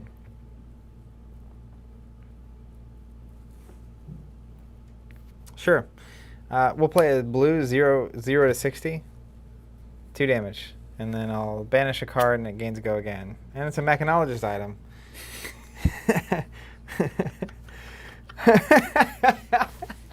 It's so many cards. Red induction chamber. Action. Resource. If there are no steam counters on it, put a steam counter on it. Go again. Remove a target steam counter from it. Target mechanologist pistol gains go again. I can give my thing. Go again. Is this not directly from the Random Access Memory podcast? It absolutely is, yeah. This is actually a nightmare for that concept. Yep. It's a total nightmare for that concept. You're literally, I think your board is going to get 1 or 2 new effects on it every single turn. But in an ideal world, I'll have multiple of the same effect. That's right. Eventually, we'll hit the multiples. Yeah. This is my first turn since this has been out. When did it happen? At the start of the beginning of your turn? I think you lose another one. I don't know. I'll push for it so that I can get it out of my table. I think it's actually at 3. Because that was your defense reaction. Yeah, I get it. Okay. Yeah. So I got that out. So now this is happening 2? Yeah. A 2 damage attack. Mm-hmm. Okay, we just need to be careful. We'll pay attention. Famous last words. I'll take 2. Does it anything happen weird if it hits? Just a 2. Just 2. Okay, done. 0 to 6. Okay, I'm going to spend a resource to put a token here. I have go again. I'm going to once per turn attack action reaction. That's fun. Remove a steam counter from it. My pistol gains go again. I am going to go ahead and load this. Cost you money? Do you have money? Is there anything indicating your money? This was my money. It's all gone now? Action and a money to do that. Then I'm going to use the pistol. Okay. 2 damage attack? Mm-hmm. And it costs you 1? It was free. The attack action is free, but I have to unload the steam. Yeah, you got to steam it up. Okay. 2. Okay. I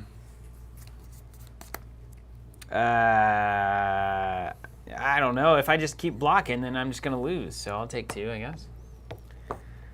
If I don't keep blocking, I'm also going to lose. All right, so this goes under.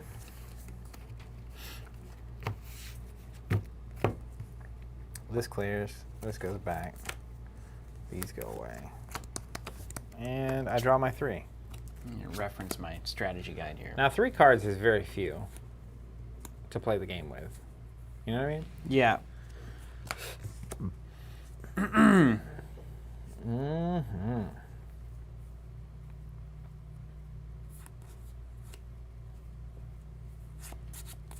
Well, it's time for Canada to start swinging. I would love that. I really would.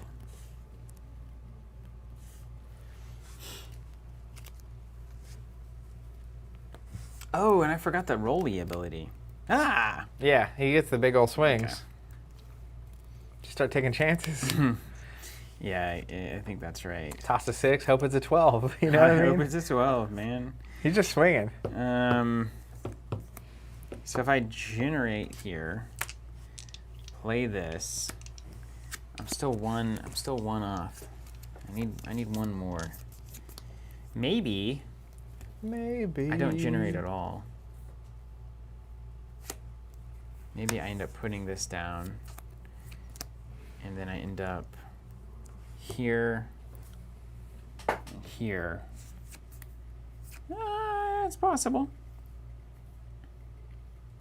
Okay. All right.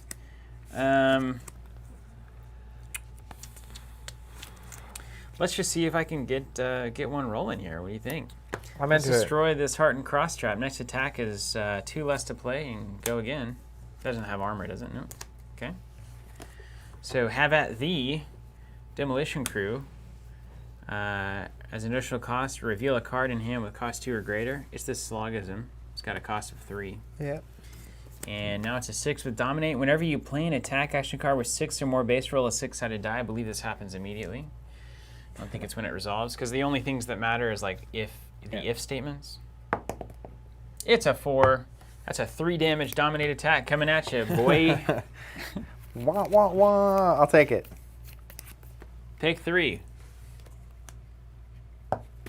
Okay. Throw this in my arsenal. Moving on. Oh, you know what? I'm not going to take 3. I'm going to instant this shield for 3. Right. Okay. Got it. We took something off the table. That's right. That's good. You still only have 3 cards? Yep. Okay. Mm-hmm. All right, let's do this, shan't we? Yeah. Let's go 0 to 60. It's yellow. I'm going to boost it to give it go again. And it's not an attack, or it's not an item. Good. But I am going to use my hyperdriver. Once per turn, when I boost a card, I can remove a steam counter to gain a resource, which is over here. I have to listen. I gained a Okay. resource by you got using one of money. these tokens. Okay. You got a 3 damage attack coming at you. 3 damage attack, 0 to 60. Okay. All right, my next turn is probably 1, 2, 1.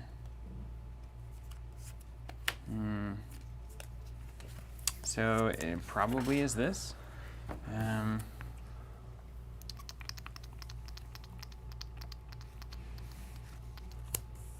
That's wrong. I've done it wrong.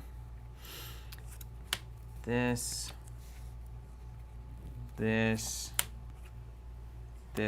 Well, so 0 to 60 on a 3. Block for 3. You got it. Let's use a resource in action to banish the top 2 cards of my deck. Get 2 resources and get a new item. Yellow Dissipation Shield. What's the difference between... It's probably 3 counters instead of 4. No, it's 4. The only difference is the color. They all have 4? It's crazy. Okay. Hey, you've only got 3 cards, but you draw 20. Yeah, I know. It's fine. You don't need to draw them. They come into play for free. It's crazy. What is happening? I'm going to play red Plasma Purifier. Oh, wait. Actually, before I do that, let me make sure. I have 2 resources. Yeah, it's George, fine. I'm trying. I don't know how to get off the ground. This is just like... Red Plasma He's got Purifier. 20 things in play. KO's not meant to get off the ground. That's right. He's just meant to... Swing. Claw. Red Plasma Purifier. I play it. That's my turn. So if there are no steam counters on it, I can spend 1 to put a steam counter on it. Once per turn, I can remove a counter from it. Target a pistol that I control gets +1, and then this has to go again. So then I'll put this in my arsenal.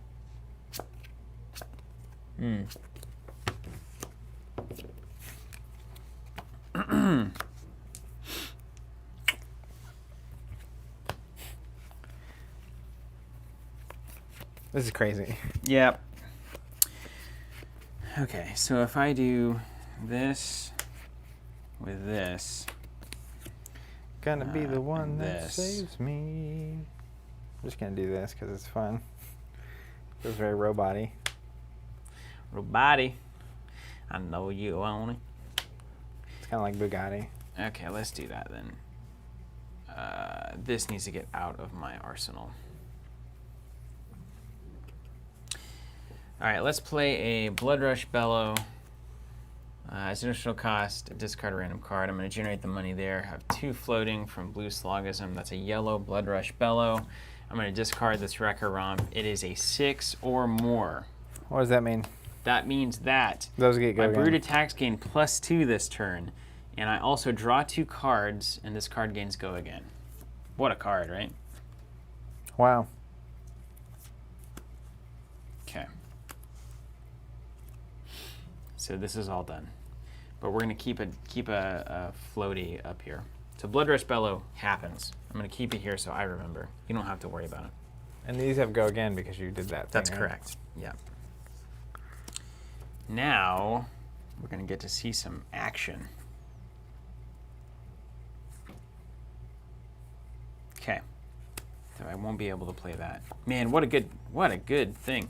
Okay, here we go. Once per turn action. Let's spend 2 resources. Gains go again. It's going to be 3 damage. Pass. Pass. Take 3. Go again. Then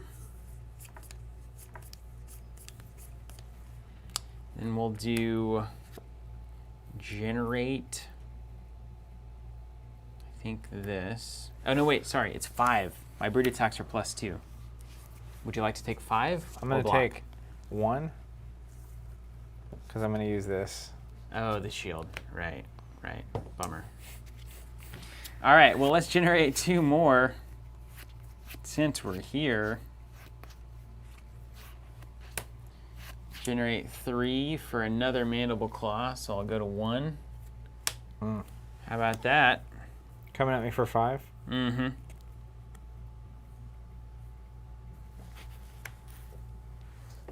Let's block for 3, 4, 5. Did it. Okay. Let's destroy this thing to gain 2 more bucks. Wah, wah, wah. Look at you. This is the turn. Yeah, I got it. Well, I got it backwards, but it'll be fine. I think it's fine. Let's play the old Wrecker Romp. Guess those gambler's gloves. Don't you forget Discard it. the red one as an additional Play the cost. blue wreck around. 6. Here we go. Double it up, baby. It Here's is double. 12. Wah, wah, wah. Now, all of my attacks, I believe, get +2 from the primeval. So this one might be +2 too. Your brute attacks. Is this a brute attack? Yeah, it is. Woo! So that gets 14 coming at you. Holy smokes.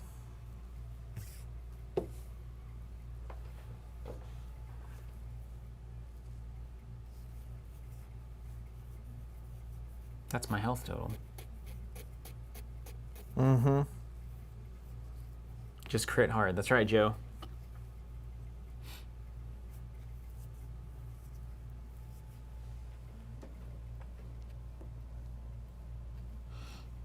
What are you gonna do? It's black for 6. Okay. Take 8. Take 8. Pew, pew, pew. Waste 1. It's fine. Okay. That's all I can do. Pass. Can you use your... Oh, you can't use your... Can you generate a money and then use this thing and go? I have to boost to generate a money. All your stuff is around Yeah. boosting. Oh, so But now I've got the... I needed to do it. Oh, hold on. Mistmerk says put the +2 effect before the double effect. So would it be a 6 + 2, 8 doubled? 16? What does this say? Oh, it's the base. It says double the attack's base attack, not modified attack. KO solves our problem. All right, back over to me, huh? Now's my chance. One shot. If you discard a card with 6 or more this turn, it gains +1. That's not ideal. Wrecker, Romp. Okay. You're gonna be the one well. to save me. Okay. Let's play. Hold on, we've got to think about this. Let's play this with this. Have 1 floating. This is gone. 1 floating. 3. Okay, so basically I'll be 1 shy of having a great turn, is what that looks like. Now, what I could also do, which is better, hold on. I think this may be the better play. I like that it's hard, actually. No, we could just Bugatti this thing into the graveyard right now. So let's play a Wrecker Romp with an unmovable.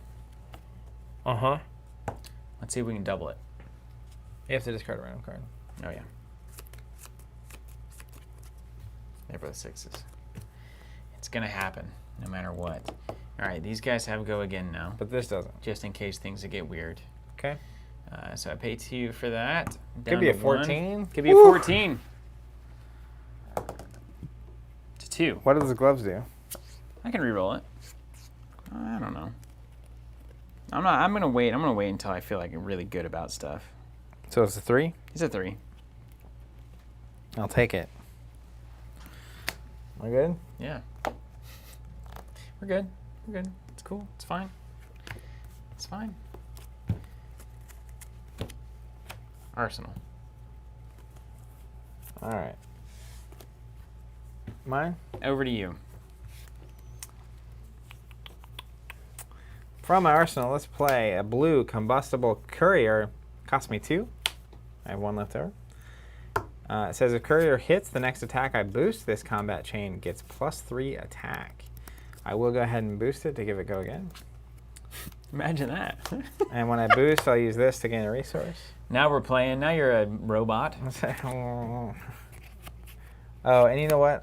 Before I did that, I Goliath Gauntlet. Oh, yeah? Gauntleted because it cost me 2. Okay. So this is gonna be a +2. Okay. For the 4 coming at me. Mm-hmm. Gonna be the one that saves me. So 4 coming at me. So I can kind of trim this hand a little bit. So I really want this one. Okay. Oh, man. Drop in a 3. Take 1. Take 1. My next attack is +3. Oh, is that if it hits? If it hits, yeah. Ah! It's fine. All right. Then, for my next trick, let's pay 1. Banish the top 2 cards of my deck. Just 2 resources. Could have been a contender. I think I'm good, Jared. I think I'm on top. Let's pay 1 for a steam counter here.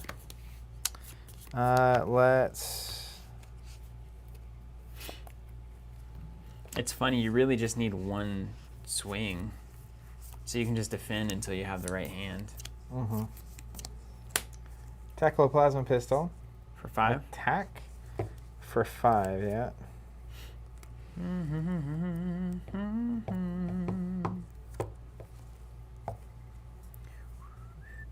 Oh, wait, now back that up. Back it up. I'm going to pay 1 to go here. And then I'm going to use this to make this +1. 6? Yeah.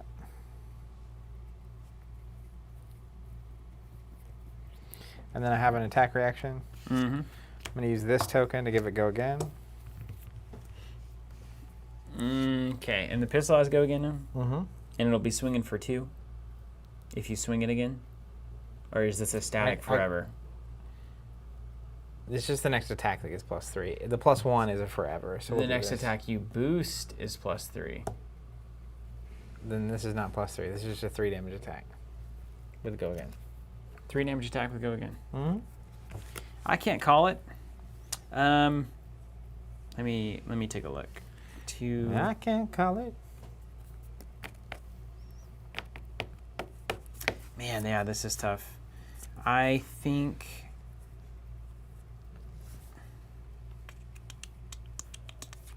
I'll take 3. Okay. Nothing. You got any reactions or anything weird? Nope. So, and that's a permanent +1 for this round. So then I'll play, technically, 0 to 60. It's a red, 4 damage, red 0 to 60. I will boost it. It's a 7. So it's a 7. Okay. Coming at you. We'll go 6. Probably 7 with the Iron Rot. Okay. I guess it doesn't matter. It doesn't have an on-hit ability. Nope. I should wait for the Combustible Courier then. I'll just take 1. Okay. And then it has go again. So let's go ahead and spend 1 to load the pistol. It's already got 1 on it. That's the permanent +1 Mm. from this thing. Mm-hmm. Let's spend 1. And all these things have go again, I assume, right? Yeah, to go here. Then we will spend the resource to send a 3 pistol at you. 3 pistol. And I'll load that with the other one before I do that. Got it. Sure, I'll block for 3. Okay. Yeah. Is that it?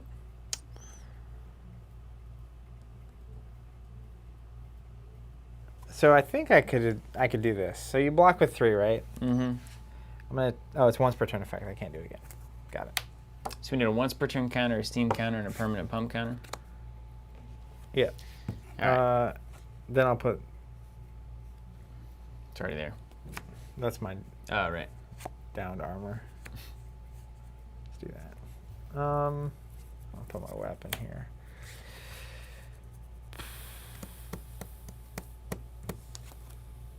Yeah, I'll put it under. This goes under. All right.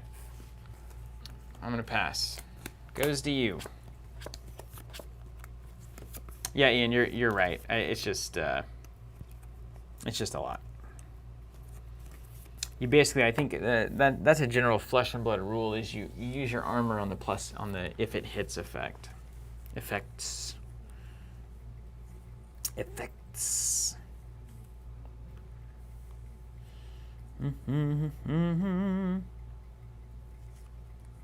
Okay, this seems good.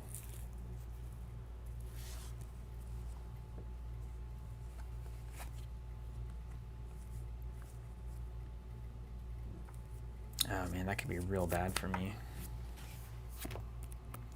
Barry, yes, Zach has made a Rube Goldberg machine. That's correct.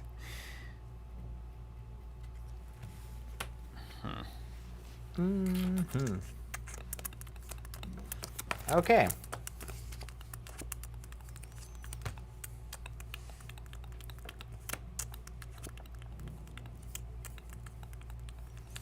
Let's destroy my Achilles Accelerator again action point. So I have 2 action points. I'm going to play a Induction Chamber for 2, which is this thing. I can basically load it to give a pistol go again every time I use that Steam counter. So I can do that twice now. So you can load it, and then you can react to the pistol to give it go again. Yeah. 1 left, so let's do a...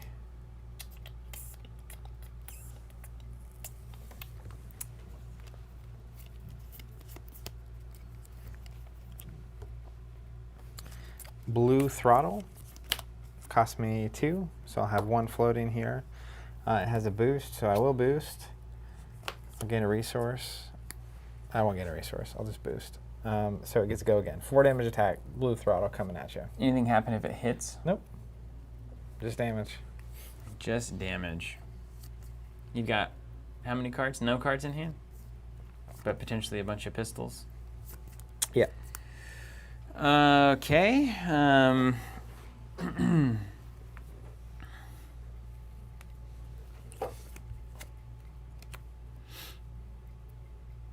I can't do the accelerator until I've done this, so I'd have to do this first to then play this. It doesn't change anything. Okay. I'm going to block for 3. Okay, take 1. Mm-hmm.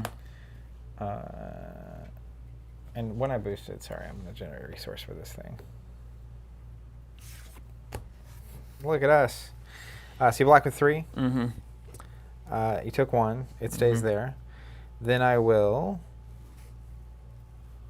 give the pistol... No, let's do this first. We'll use a resource to use this. Banish 2 cards. Gain 2 resources. Get an item. Get another hyperdriver.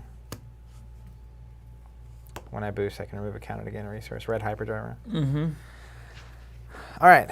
Give the pistol +1. Load the pistol with a resource. And then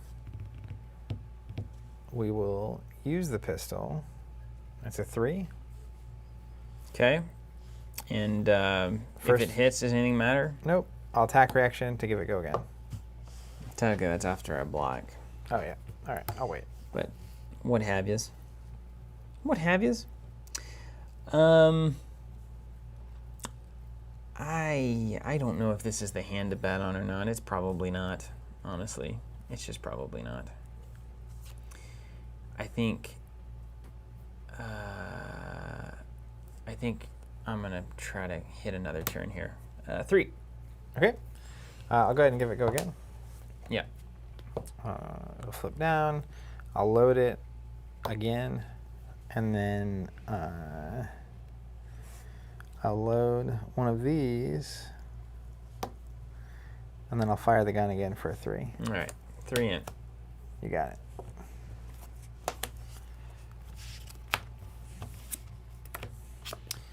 All right, then I will pass over. All right, let's do this. That's not what I needed. Red Throttle. Generating 2 resources. I will boost. It is not a Mechanologist card, so it does not have go again. What? That's it? That's the end? It's a 6 red attack. I'm as surprised as you are. Who that- built this thing? Does it have anything weird or anything, strange? It's literally just a 6 damage attack. I think I hit my one Excellent. non-mechanologist card in the deck. I'm gonna keep this thing going. Yeah. I'm gonna block with 7. You got it. Put this in my arsenal. Okay, I'm passing back. We're almost to face punching territory. Get another just shot so you're at it. aware. I don't know if I have any blue cards left in this deck. I need resources so badly. It's insane. And this thing I put in my arsenal is a complete waste of time. Excellent. I did that earlier, and I had to. That's what I got. Got my extra action just so I could get it out of my arsenal. I mean, I had to pay for it. It's the price. That's what I was doing. It's a 3 cost. Well, you're the slot machine of money over there. You don't have to worry about paying for anything. I am a slot machine. All right, it's back over to you. All right. The excitement is palpable. I'm trying to get back into this thing. I just need to hit a blue card. Okay, let's play from my arsenal. Red Combustible Courier. Mm-hmm. I'll generate 2 here. So there's 1. It's a 4. Yep. If it hits, the next attack I boost gets +3. I will do this thing. Boost it, so it has go again. And I hit an item. It's the blue optical monocle. It's got the opt one. Comes in with 5 counters, and I can spend 1 as an action to opt 1 and go again. Okay. Let's go. And when I boost it, I'm going to use this to gain a resource. Whew. Block for 3 plus Iron Rot for 4. Okay. Let's go ahead and spend 1 to use this and banish the top 2. I'll get 2 resources and another optical monocle now that I'm almost in face punching territory. I'll win and face punch. I will punch myself in the face. Yeah, you did run out of deck. Let's go. So you can actually do that. Yeah. That's an interesting strategy against mechanologists. Let's go 2 for a red overloop. If it hits, put it on the bottom of my deck. It also has boost for go again. That's 5. Will boost, and we get an absorption dome, yellow. It enters play with steam counters equal to the number of times I've boosted this round, which is 2. If I be dealt damage, I can remove that many steam counters. Instead, prevent that much damage equal the number of steam counters removed this way. Are you going to have 2 pistol shots this turn? Given your whatever you got over there. That lurking madness. Honestly, I have no idea. So this has go again. Is your pistol loaded currently? No. But that can load the pistol. No. That gives the pistol go again. Mm. So I can load it, fire it, and give it go again. And presumably I can load it and fire it. And load it again, yeah. Okay. If I have 2 resources here. Yeah. So we've got 6 more damage coming in, presumably. And this is 5. Okay, well, I just run you out of cards. That's right.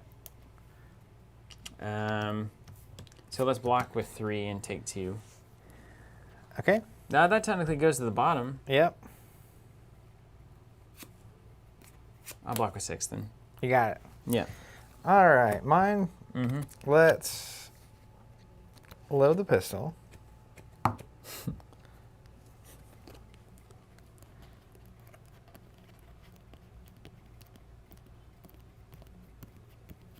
You make one mistake in the arsenal in this game, and it's awful. Absolutely awful. Which is pretty exciting. Interesting.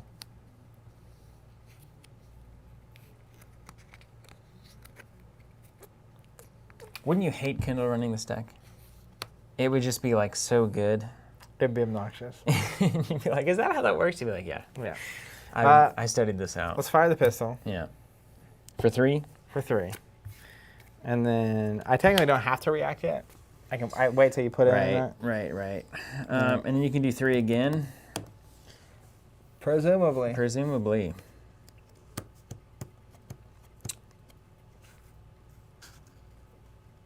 Well, do I want to end this sooner rather than later? And we only have 2 of any card in our deck, right? So presumably there's another one of these cards that I'm holding in here. Oh, pistol's only 2, by the way. I didn't use the item to boost it. Okay, I'll take 2. Festus says, if you run out of cards, isn't that when you punch yourself in the face, Steven? Yes, I did say that. That's my win condition. I'm not doing it, though. I'm not doing it. Okay, he took 2? Yes. I stand corrected. I won't give it go again. I assure you this has already felt like enough of a punch in the face. So this goes on bottom. These go away, and I draw 2. The pitch thing went on bottom, yeah? Is that what went on bottom? Mm-hmm.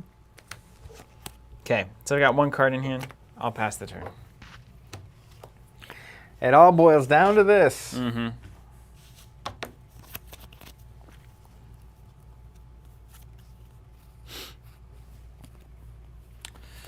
All right. Well, let's do this. I'll generate 2 to load the pistol.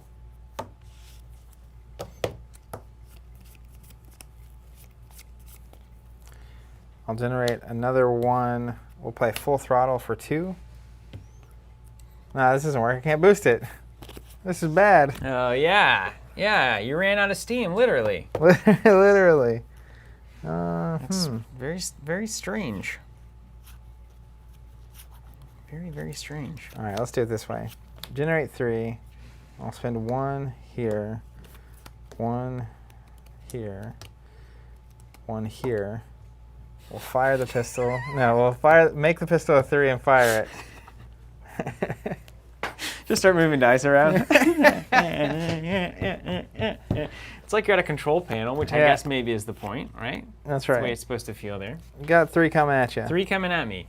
You've got 2 cards in hand. Is that pistol going to shoot me again? Yep. At 3? Yep. So I have to block 1 of these. Yep. No matter what I do.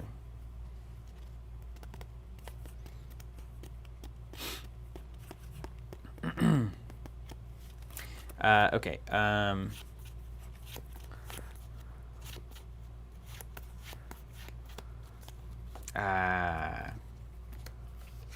got any tricks, weird stuff, or anything?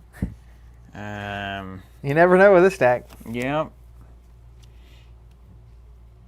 Barry says, what Steven doesn't know is if Zach wins, his Ruby Goldberg machine of a deck also pours him a beer and perfectly boils an egg.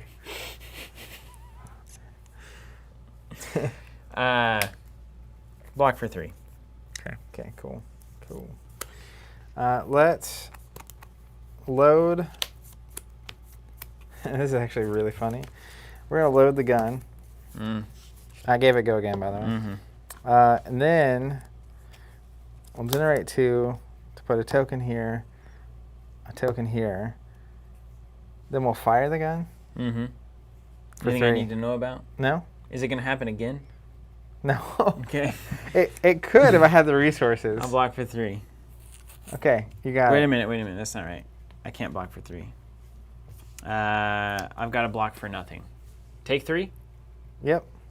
No funny business? No funny business. But look at this. This is what I just realized about this deck. These 3 cards.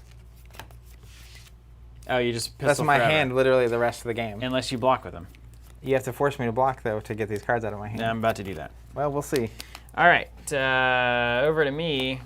Let's start with a Blood Rush Bellow for 1. But like, if you set up those last 3 cards, it could actually be really interesting. You could do a weird thing. They were just all sync blows. Slogism for 3. Gonna spend 1 of that to have 2 money. This is here. Yellow Blood Rush Bellow. Hello, Blood Rush Bellow. Additional cost, discard a random card. It's Predatory Assault. That means everything's +2, and I draw 2 cards. And games go again. Okay. 2 remaining. Let's go here. So now is really a good question, actually.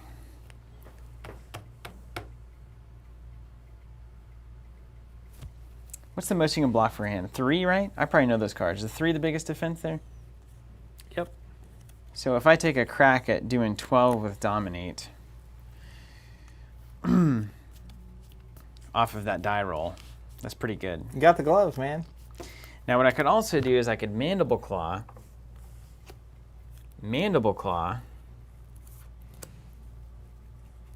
and then be done. But hit for 5? Hit for 5, yeah. Seems good.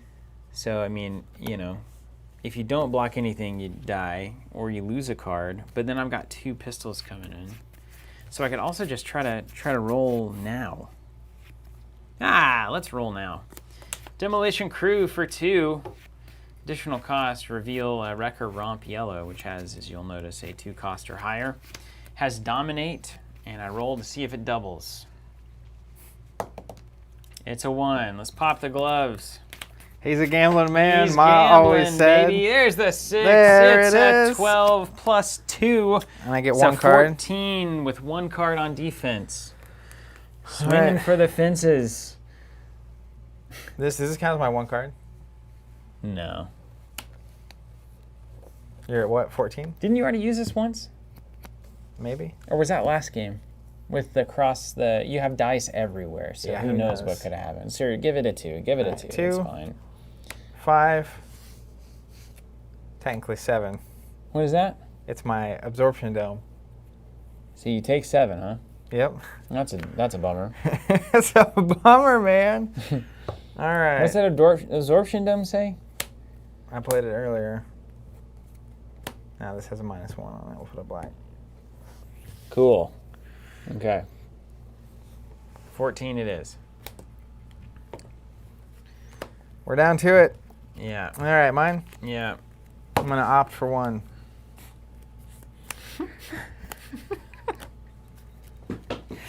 Okay. Oh, it's not a brute attack. It's only you only take you get 2 extra life. Okay. Yeah, George. The problem with double claw. I mean, it's fine. The double claw. I don't know what happens with double claw. So you remove 2 steam. You take. So I can block 3. 2 here, and I have the 2 for free. So I could take So you would 6. take 6. Yeah. Similar boat. Similar boat. Well, let's load the gun. Let's give the gun +1. Mm-hmm. Let's put no. Yeah, let's put So this +1 is just here. it forever, right? Let's swing for 3. So I just got to block 3 twice every turn. Yep, Is that what that looks like? That is the game. Okay.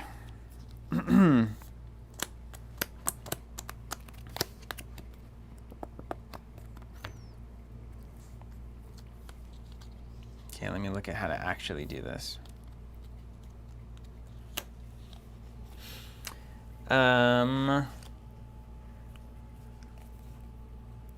Okay.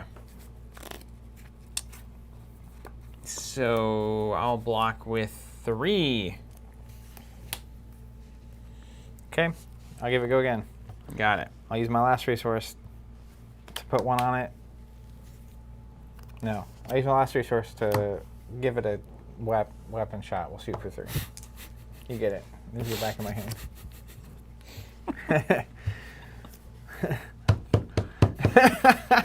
Tap. Oh, my brain. I'm playing that ninja next, though. Yeah, you are. Okay. By the way, John, it's blue throttle, not full throttle. Not the thing that you said. Okay, there's a good way to do this. There's a bad way to do this. This happens. Additional cost. So that would be that. Block for 3. Cool? Cool indeed. Okay. I'm almost out.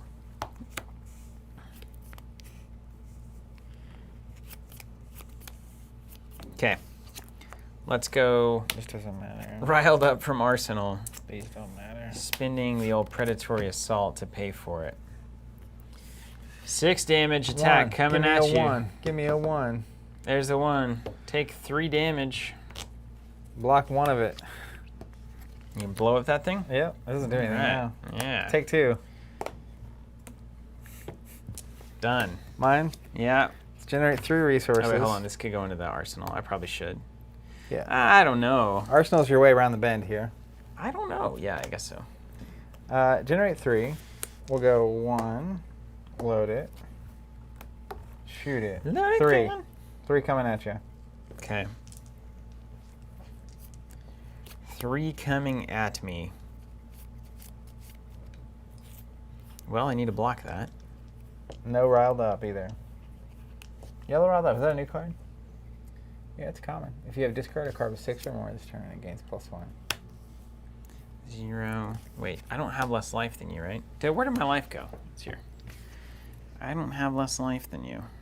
So that's that. Life for life. Done. So boom, boom, boom. Okay. This is going to get real awkward. There's just no way around it. So 0, 0. So that's just how that's going to have to go.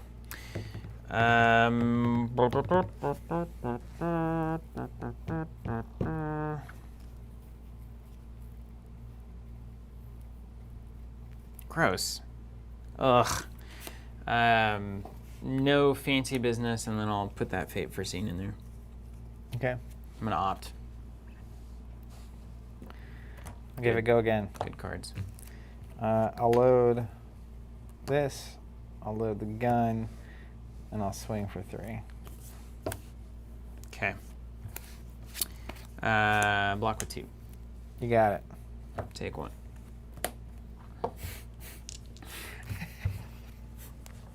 We're grinding the gears. Okay.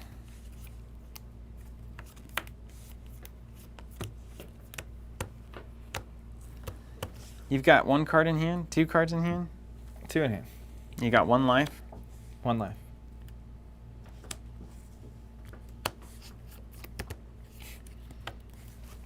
All right, let's Wounded Bull. Cost me 3. I'm going to generate it with a potion. Mm-hmm. And it's Roll going to be that 6. die. Here we go. Take 3. Block for 0. Oh, I'm out of here. Yeah. And I didn't deck myself because that's almost impossible in this game. Oh, that's right. Look at me not having to punch you don't myself in the have to face. punch All right, yourself. let's talk about this, man. We need to talk about this. I need- This is insane. I need like a I beer need to take a second. and a water. What is it? Why is this happening? So like dash out of the core, it felt like she starts the game with an item, Mm-hmm. which is kind of cool, It right? is It's kinda like cool, yeah. a Gearsmith kind of character. Yeah, yeah. And then essentially when I was playing with her, it was like you have to play other items. You have to take an action. You're basically your turn because they don't just have go again. Yeah. To play this card down. So a lot of times it'd be like go again, and then play it as your last thing. And you're kind of building. This is Wildcats because the data doll, every time you boost or banish anything, you might be introducing 2 new effects to the game. Mm-hmm. So this is easily the first time. We talked about this when we were talking about Flesh and Blood on the podcast, where one of the most appealing parts of it is it feels like your deck, your character basically gets worn out throughout the game. It doesn't build, yeah. And this does the exact opposite. Yeah, I was doing the exact opposite. It's the one character that really feels like they're built. Like look at you, right? So when this is gone, it's like at the end of the game you have your weapons and you have 1 piece of armor left. Yeah, there's like almost no new information being introduced over the course of the game. But I'm constantly, and then not only am I introducing new piece of information the whole time, but almost all of them have a once per turn effect. Yeah. So you have to remember that you used it and that it was this turn. And I'm Yeah. doing so many of these different things every turn that like the burden of memory with this game, I swear there will be a top game with these decks that gets filmed. Someone will use a once per turn effect twice. Yeah. Both players will miss it. Yeah. Because it's happening so many times on so many different cards, so many rounds in a row. And then it'll be a big question mark on like the finals of the big event for the year. So tell me this, when you were playing old Data Doll with 3 cards in hand and a million things that are seemingly happening kind of randomly, did you feel, so we've talked about the different kind of cognitive load ideas. One of them is meaningful, let's say. That's strategy, tactics, having to make tough decisions and feeling like you're in control of your outcome, versus the extraneous stuff, which is you literally just managing that game. So was there a lot of like strategic considerations going on? Because it felt like the majority of it was, if you're good at remembering and sequencing your triggers, you're good. But aside from that, the choices you're actually making how significant were the choices? I didn't feel like I understood the engine enough to make a choice. Right. If that makes sense. So like I think you could get there. Like by the end, I was getting it, where it's like basically I can boost the attack, and ideally I would get a couple of those out. I can give my pistol go again. A handful of them are like defensive cards. One of them, when I boost, I gain a resource. But the basic idea is that I want to play a boost attack so I can boost to potentially trigger her ability, but then boost also maybe give me a resource. And after I've boosted, I can now Teklo Foundry Heart, which then can get me more items and more resources. And that lets me like load this stuff up with Steam, load my gun, shoot my gun, get go again. So it should be doing 3 or 4 attacks a turn. Yeah. And like once I really understood what all was going on, I could see it a lot better. But do you think a computer could play that deck better than a human? Or that like as good? I don't know. You know what I mean? Where it's like, is it just literally a series of yes/no answers for how you play that? Where it's like, do I have a card in my hand that I can play right now? For how much? Yes, no. And then it's like, boost.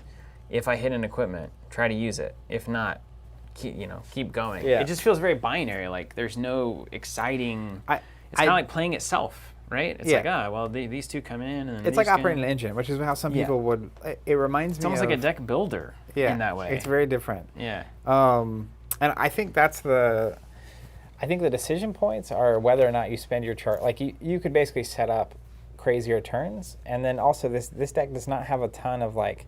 Notice there's no attack reactions really. There's no defense reactions. So like. So it's just a straight arrow. It's almost uninteractive. Yeah, it felt very uninteractive. In like a weird, it's hard to explain, but like again, it's the only one that has 8 new cards on the board at the end of the game. Like, it's true. That's tough. I'm terrified of that deck. Terrified of it. But what I do think it's really important for is, I mean, you could almost AI that thing out, like I'm saying. If you just wanted to play at home and like solo something and try to figure out if your deck has what it takes to like beat an aggro curve. Yeah. That's a super good like testing mechanism to just be like. I mean, interestingly though, like because of the way it fires the gun so often, like the game took a long time. Like it took a long time for you to actually finish the game, and you have a character that can do a lot of damage. Yeah. Again, I was not doing it terribly well, but yeah, seemingly that is the case. But it did take a long time, and it did just run out. It ran out of steam. So I wonder if that's just maybe the strategy. Do you just block it until the end of the game? I mean, interestingly, or is that the aggro strategy? I kept feeling like that might be the aggro strategy. I kept feeling like I never really had great defensive options. So like, if you do charge into me and I have to defend, it's like I'm basically either taking damage or taking a dead turn. Yeah, like you can't defend, right? So against something like a warrior, I think it would just get plowed through. Yeah. Because if you do defend, it's like, whatever, I'll pass and hold my cards and wait you out. And then if you don't defend, I just lay on +6. Yeah. It very much feels like it could be a glass cannon. Where it's if your opponent knows what they're doing, they can just, it's like Django Veers back in Destiny. It's like Django in Destiny. It's wild. I mean, people on chat basically saying, "Is this make it more of a deck building archetype?" Which I mean, I kind of get. When you have enough items, you're gonna have to choose what engine you're building with this data doll, and like that could be interesting actually. I think the hard part though is like you're just asking. In most games of Flesh and Blood, we start the game. I can read all these cards. That's the static information I need to know. Right. And you have some potions sometimes, or some auras that are like a single turn, but this is like. There's a lot going on. A lot of it's not like destroy this to use it. It's literally like once per turn effect. That was the thing to me. Is like I started blending what had happened on which turns, and so we could technically tap the cards to show that, right? Yeah, you can technically do that, and we probably should do that. But then it's also it is the only one that's bringing in all of the information that I couldn't police what was happening on your side of the board with any kind of like relevance. Yeah. So if you're coming into a Flesh and Blood tournament and you're new, and somebody busts out their Data Doll deck and they just start doing all this Steam stuff, that's a really bad feels tournament moment or playing the game for the first time moment. Yeah. If that was my introduction of Flesh and Blood, I would have been like, no way. Yeah.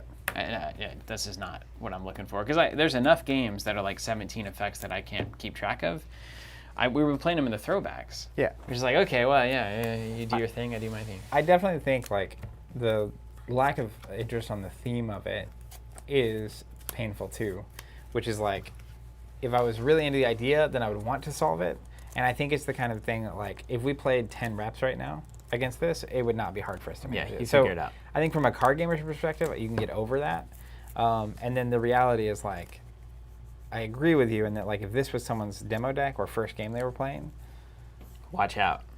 Yeah. I know the people, like we're talking about Kindle playing that deck. It would be absolutely terrifying. yeah, and he would have more going on than I could manage. Yeah, so then I have to really trust him. He'd be like, ah, I really have to trust him. please, help. That's why I got the stealth credits in Netrunner. I'm wanna gonna get some play more Ninja? water. Yeah, I'm gonna play Ninja. I assume play you're Ninja? gonna play Sellsword. All right, Chad. Hey, tell me, what do you think? Tell me what you guys think about this. So one of the big things that we really liked coming into Flesh and Blood, and maybe a lot of you guys are similar, is actually the small amount of floating information that was happening. So there are some people that are gonna like adding a little bit more chunkiness and like a bunch more items coming in and these static effects that are kind of all over the board.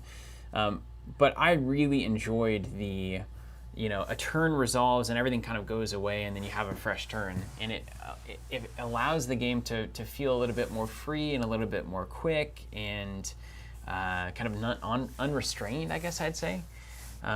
Whereas that was the first time I really felt a slog. Now, most card games that you play, there are slog decks. And that, whether or not they should exist is, I guess, a good question. I had that experience in Netrunner, had that experience in Spoils, had that experience in all of the throwbacks we've been doing. Even Destiny had its just like, get the supports out and build this, big thing that's all happening in weird ways. What do you think about it? Is that something that you're hip to have in this kind of a game? Robert's saying, I think it's healthy for the game to have dash if they keep all of the equipment and boosting in check. Nicholas saying the fact that there are so few factors at any one moment is definitely a plus. L5R suffers from having too much things you can constantly keep track of. I completely agree. I couldn't get into L5R for that reason. It was too much floating information combined with too much random information. So there's a bunch of things floating that you can miss, and if you miss one critical thing, you just like lose the game. So then compounded on top of that for L5R is you can make what looks to be a really good decision that turns out to be a really bad decision because of the providence flip or because of what your opponent has in hand in terms of reactions. So that also feels bad for me on L5R. So I agree, like the less floating information, the better. Peter saying, I feel I like quick, easy, clean resolutions. I agree, Peter. That's one of the things I really like. George saying classic constructed games are kind of long but feel very epic. That's true. I think they can feel epic without feeling complex, and that felt clunky to me. Now, obviously, we're operating it for the first time. It's just so many static effects that I have to learn the mechanologist class up and down to know by the time that something comes into play, oh, that's an induction chamber. It's going to mean these things for the rest of my game until it goes off the board. And then, okay, that's a steam X, Y, or Z. Okay, that's a monocle. So you have to learn the entire mechanologist class to play against it. Jared Warden's saying, having one class that requires aggressive memory load is fine, especially because mech is the only character that plays this way. I like it, but I agree it shouldn't be someone's intro to Flesh and Blood. I agree with that, Jared. I think, yeah, having one, there's probably some people that really enjoy the idea of these complex interactions that you're just managing all the time. The only thing I don't like about that is that your opponent necessarily has to play your game as well. So they have to, it's a responsibility for both players there. It's just too easy to do something wrong. Like Zach, I think last time we played, like a couple of weeks ago, was doing the pistol wrong the entire game, and I didn't know because I hadn't learned his equipment. So unfortunately, that's the problem with complexity, is that it affects both players, regardless of if one of those players wasn't playing that or interested in playing that. So that's my only issue with it. Joshua Trevino saying that aggressive memory load didn't seem to result in anything too epic, which is important. That's fair.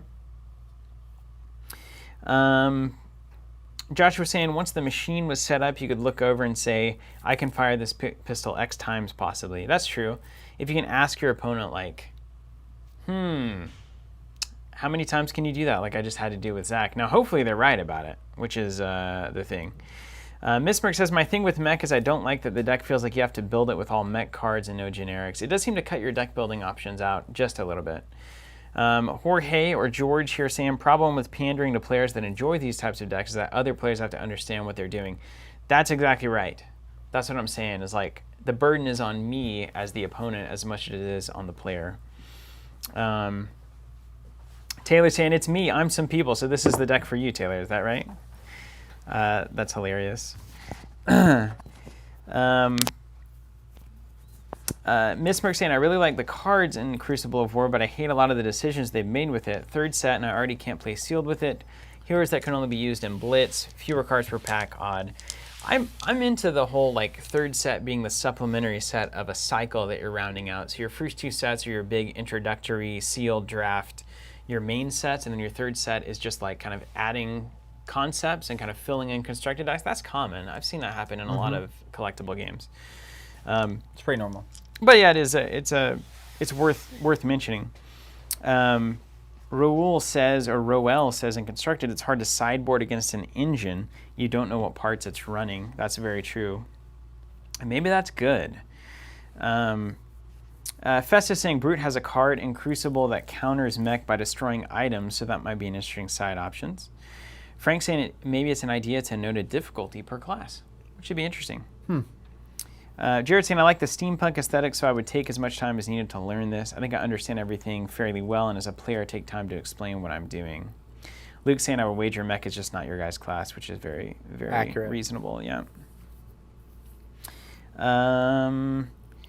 Nicholas has a good comment here. I think it basically expresses what I've been saying. Is like having a single class that forces both players to suddenly have to think a lot more is odd. Yeah. Yeah, true. Also saying hoping your opponent will accurately represent their board state is kind of antithetical to the point of being able to read card text. I don't think just ask them how it works is an excuse. Robert saying I like the Crucible design system as the closeout set. Yeah. All very true. Well, let's handle it in the way that we always would. What do you want to play? Ninja. Ninja? Oop. And I'll do Kassai. She's so good, man. Benji. So good. All right, let's load these up. Got my coppers. Yeah. Get the saber. So let's hit the table. I'm going to do my sabers next to me like a real hero. Oh, I'm no hero. And then all the equipment. So actually, I think that this warrior matchup is probably one of the worst for Benji. Because I literally have these 1-1-2-1. I have all the blocks in Casterly Rock here. We'll put that to the test. Put it to the test. The test. The art on Benji is great too. So I don't know how she fits in thematically, but I know Katsu's, their whole clan is like, they're like the hidden clans in the mountains. They live on the like sides of mountains. Yeah. It's cool. Should we, let's see. Actually, you can't, ultimately, Lion Kassai with Dawnblade doesn't really work because you need that, you get an additional once per turn with the blade that only exists on Dorinthia. So it's actually very difficult to run Dawnblade with Kassai. Jared says, you forgot that Doll's exclusive to Blitz and will not be available to sideboard or for constructed. Yeah, that's true. Assuming that stays the case. Yeah, Lion, right on. Okay. Yeah, assuming that's the case. That's true. Even Steven? Even Steven. And maybe that's the reason. Maybe it's just supposed to be kind of a fun, like kind of a lightning match, you know? Me? I'm going first. Now this is the flesh and blood I'm looking for. You're back home. Attacks, defense. Okay, 1, 2, 3, 4. Say it ain't so. Okay, and I have no. Oh. Okay. And then this. All right, you ready for action? How about some of this? Hit and run. Let's kick it off. Hit and run blue. Your next weapon attack gains go again. If If you have attacked with a weapon this turn, your next attack this turn gains +1, which I have not. Okay. So my next weapon attack simply gains go again. Swing with 1, generate 3. So I've got 2 remaining. And if it's defended by an attack action card, it's +1. This one does have go again. Okay. Arrogant is not available in Europe quite yet. Let's block for 3. Block for 3. You did it. And you get +1, but cancel that. That's fine. Well, I guess, actually, you're going to get this mulligan, really, basically. Mm-hmm. Sure enough. Okay. All right. Thinking about whether I boosted or not? Mm-hmm. I don't think that I will. Okay, second attack. Let's swing in for 2, and it costs me nothing because Kassai is so good. She good. Block with a. I don't have to play it yet. You have a first reaction. No 2. blocks. Yeah, first reaction is going to be out for blood, +3. Mm-hmm. If you defend it with a card from your hand this chain link, my next attack this turn gets +1. I suppose I should have done that on the first one. Absolutely should have. Yeah, That's you so should. bad that I'm going to do that, just so we can get better. Okay. So basically, Crane Dance you block with. I pay 1 to drop in out for blood. And what's your total now? So now I'm at 6 to your 3. Okay. I'm going to go ahead and flick flack for +4. Boom. So I don't take any. No damage. But that stays technically. Yeah. And then this one comes in for free, but it's +1 because of reprise. So it's now a 3 damage attack. Take it. Take 3. And then I'll gain 1 copper token. You got it. And then I'll throw this in my arsenal. These go to the discard pile. This one goes under, and here we go.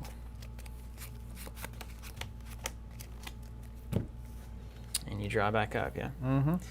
All right. Let's go yellow head jab for 2. Cannot be blocked from hand. But, And you're already at 0 life. all right, yellow head jab for 2. Right on. Can't block it from hand. Anything happen whenever I forget? You get like a +1 if you hit or something? Per that ability? An attack action card I control hits. My next attack this turn gains +1. You know, when do you do it? When do you do it? I'll take 2. Okay. So I have a +1 floating. Let's go ahead and pay for my Harmonized Kadachi. I have 2 left, and it gets go again because there's a 0 cost card in my pitch. 2 damage coming at you with a Kadachi. Mm-hmm. I feel like it's about knowing the right time to do this all. Okay.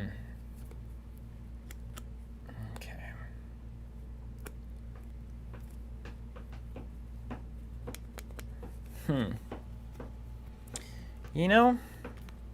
Yeah, no? I love the art on Blue Crane Dance. Mark says, did Steven just pick up his arsenal as part of his hand? I don't think so. I did. I absolutely did. Where did that end up? Out for blood. Driving blade. Yes. Okay, thank you. That was very handy. I don't know, man. Do you block this too? I can block it out of hand. I feel like I should since I can, but I'm not going to. Take 2. I'm too reluctant to block, I think. And it has go again.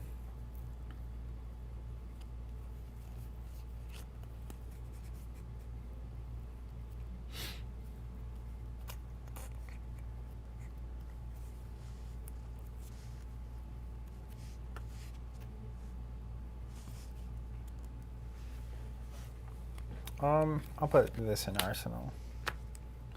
Laying around. Could have sent the needle after you.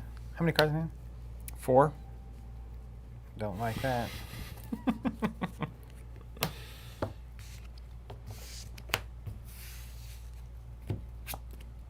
Okay. Boy, we have some choices right now. Oh my gosh.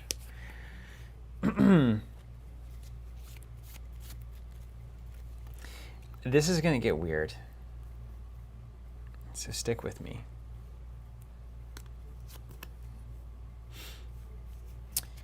Okay. I'm going to start with Dauntless. Next weapon is +3. And the next defense reaction is +1 against Go Again. I'm going to drop a 3 in there. Holy shoot, dude. What's up? You'll see. It will be painful for you. Dauntless Red is good. That art is also professional. Okay, then I'm going to hit and run blue. My next weapon attack gains Go Again. Hold the fun. You got a +3 floating, right? Yep. Okay, go ahead. Then I'll pay 1 for a saber. Coming at you for 5. Defense reactions are +1. And if you block with an attack, it gets +1. Does it have Go Again? It does. Hit and run, yep.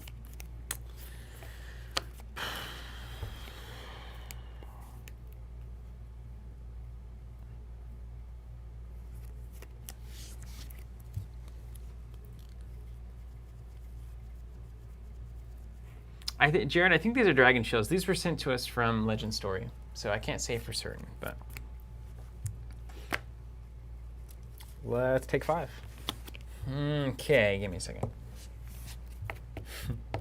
All right, all good.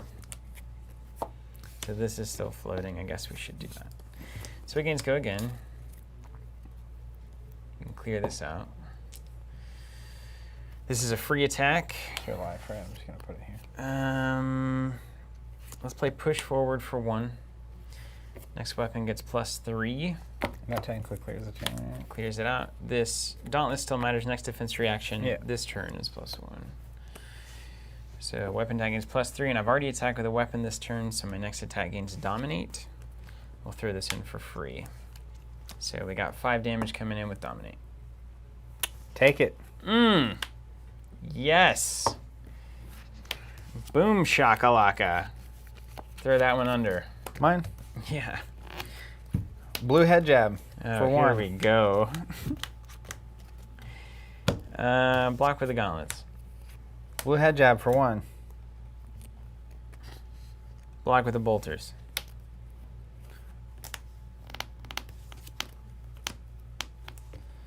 Blue crane dance for 1. Block with the helm. Destroy here, give it Go Again. Does that say if it hits? Target attack action card with cost 1 or less gains Go Again. All right. Then we're going to play Blue Find Center. If Crane Dance, it was the last attack this combat chain. Find Center can't be defended by cards with a cost less than the number of chain links I control. And it gains, if it hits, create a Zen State token. 2 damage? Yep. Block it. Boo. Then I'll instant Sigil of Solace, game 3. Oh, what? Red. Red? Mm-hmm. Wow. Look at you. That's hilarious. All right, well, you just sliced up my armor like Oh, you blocked crazy. with 2? I'm going to Breaking Scales to give it a +3. Oh, right on. It's an attack Or reaction. +1, rather? Yeah. So I take 1? Mm-hmm. Then I get this thing. What does that do? Zen State token. Woo! Enters play with 1 balance counter on it. At the beginning of my action phase, destroy it unless I remove a balance counter from it. Whenever my hero would be dealt damage from 1 of that damage. That just stays in play. Forever. At the start of my turn, I have to remove a token, or it's destroyed. So it's this turn and next turn, it's -1 to everything. Very cool. That's very nice.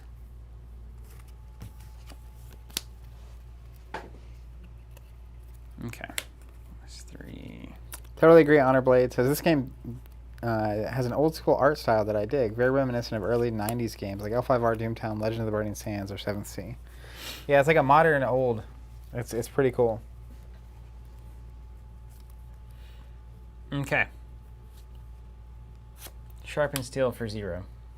Next weapon attack is +3. Okay. Dauntless for 1. Generate here. 2 remaining. +6. +6. Defense reactions are an additional money.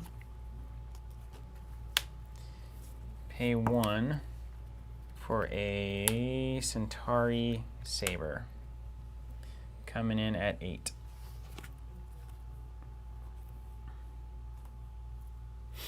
What's your life? 7. 7? Did you start at what, 17? Mm-hmm. Did 10? Yeah, we actually do not know what sleeves these are. So.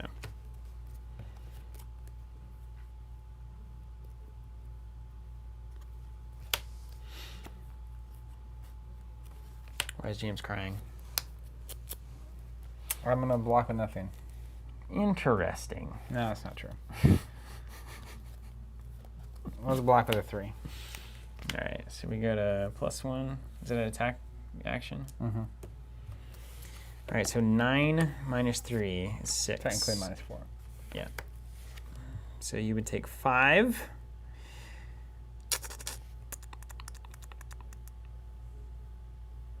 Okay. So why don't we do... I will pass my attack reaction. I'll pass. Passing as well. Okay, so what is that? 7, 8, 9 minus 3, 8, 7, 6, and then 1's prevented. Taken 5.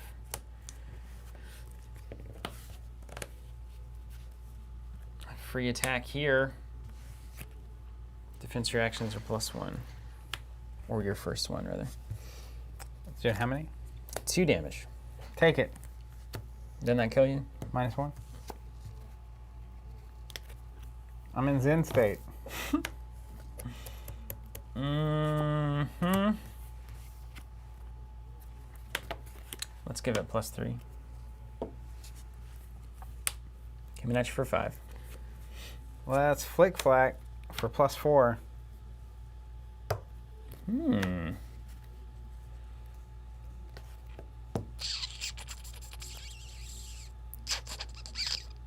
Okay. Take 1. No, take nothing, right? Yep. 2, 3, 4, 5, -1, -4. Done. Start of my turn, I remove a Zen state counter. Alright. Very zen.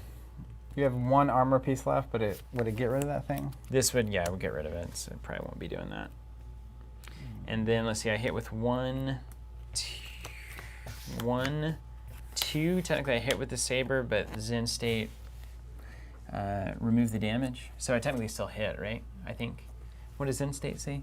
Whenever I'd be dealt damage. Would be dealt damage, prevent 1. There's a timing chart for this. When you would be dealt damage, so it hits and then it deals damage, I think. Mm-hmm.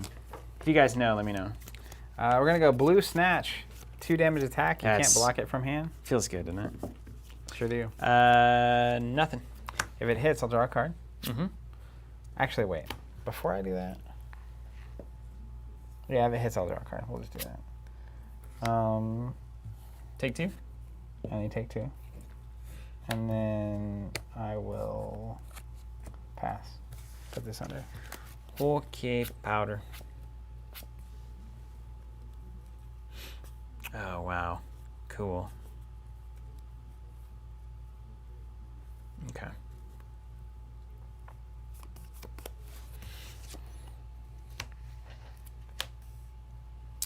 Okay, so money. Money's the important piece here. Pay him. Pay him. Pay the man.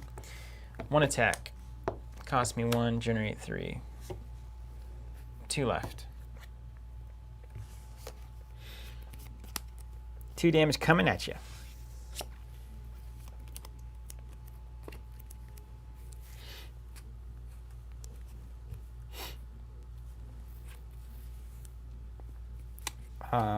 I won't put any in.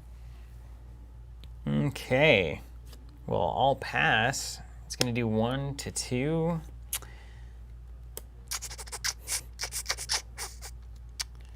I guess. Yeah, I'll pass. Take one. Take one. I'm in a Zen state. Free swing. Ain't worried about this. All right. I won't put any cards in. Interesting. Okay. Well, in that case, I won't either. Okay. Well, it's instant. Destroy here to opt 2. Dig on.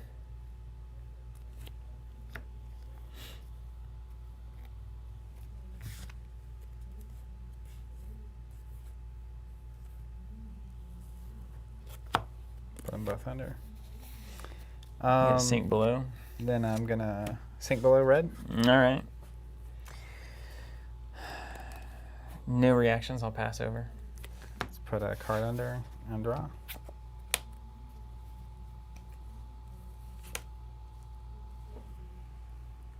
Okay. Oh yeah, it doesn't have go again, does it? Oops. End of sequence. Well, so that didn't hit technically, did it? Mm-mm. Oh wait, this one didn't either. I actually had to. I had to blow these up to do that. That's what was intended. It just wasn't happening. There's my 4th copper. Okay, and I'll hold on to that there. Zen state no longer achieved. That could have been good. It's all that doll power having to process. Aaron, yeah, the hero bundles should come back in stock. We're doing the unlimited print once that gets in here. It should be early November, I think, from their article. So once that happens, we'll do the same bundle. We have a few of the promos left, so we'll run them until the promos run out, and then we'll just sell the individual boxes. All right. All right, Benji. Let's go. Let's go. No. Let's go. No. Let's generate 1 for a 1 cost. Nope. Let's back it all up. Let's just back it all. Let's go a 0 cost yellow head jab. 2 damage. Come on, Yellow Benji. head jab, and I cannot defend with cards out of hand because you're Benji. Yep. So that leaves me very little to do. That's the idea. I'll take 2. Okay. My next attack gets +1. Let's go a red. Open the center. Combo of head jab was the last attack I made this combat chain. It gets +1, go again, and dominate. So now it's a 7 with go again and dominate. Okay. And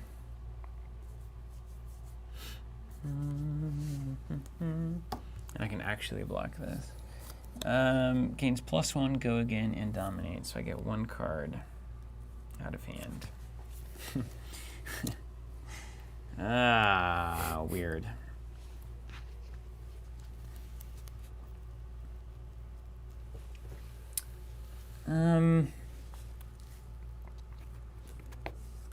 You know, all right. Block with, just put 3 in there. Okay.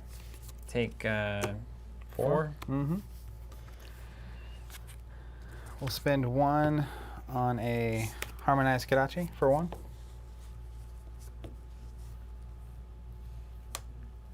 No cards, reactions. Take 1. No! That Zen State would have been good there. That would have been really good. Let's try it again. Yeah, let's do it again. I love it. This is the flesh and blood I'm looking for, man. Yeah, It's so good. I started seeing my lines.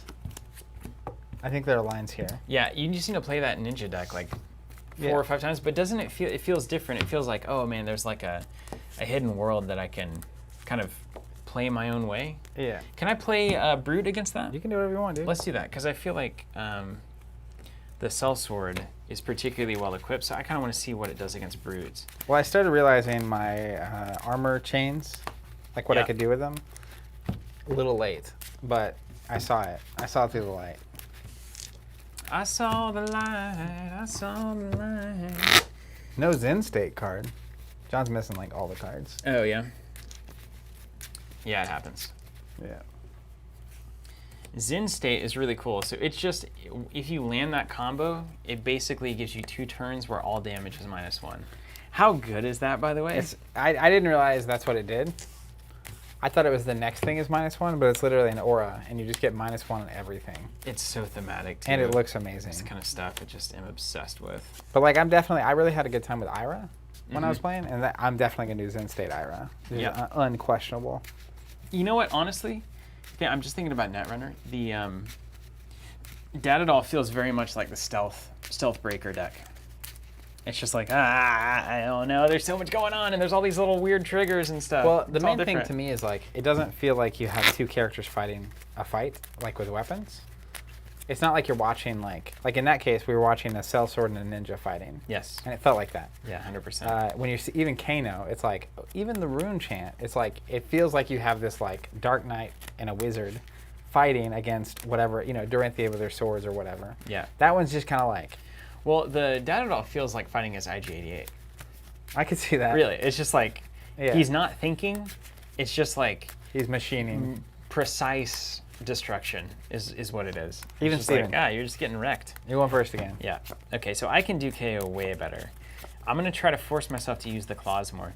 It's really fascinating the way that he plays, and honestly, it makes me think that I might pair him with some different things, where it's like his entire ability revolves around attack actions, but his double claws are 2 resource attacks. So it's like, well, when do I guess you're supposed to do all of it at once, but... Or it could just be you're doing only one of them around. So you're either playing the big attack action, or you're just swinging with these a couple times to just kind of like keep the tempo. But I in. usually can do both. Well, that's good. I mean, I have to choose, I should say. I have to choose one or the other. That's what I was like. So if you basically some turns, like figuring out when it makes sense to go here, put the right card down in arsenal and build, versus, or even this lets you play like a potion at the end of the chain. But you got to discard that card with 6 or more. And like the only things that are doing that are attacks. And you got to pay like 2 or 3 for those attacks. It gets really bizarre. Managing your energy potion is going to be really relevant. I'm going first. You're first. All right, you're gonna get wrecked here. Absolutely wrecked. Good luck proving it. Yeah, right? Isn't that true? Always. Okay. Well, this is not the time to do this, so I'm not going to. Sounds like a reasonable decision. I'm at 20. No, I'm at 19. You're at 17. Yeah. Oof. My beats are turned on. Not your beats. My beats. Not my beats. Okay. I think then... It's so funny because this could just wreck you. Okay, Wounded Bull. Could also miss. You know what I mean? It's just like, you want to see if we can make this a 12? Oh my gosh, it's a 12. Come on in, the water's fine, ladies and gentlemen. I was blocked for 9. I get a fresh hand, A right? full mulligan, right? Yeah. So I'll take 3. Take 3. I had actually a really good opening hand. I didn't want to block with anything. I was hoping you would miss there. Yeah, that's what this character can do. It's insane. All right, done.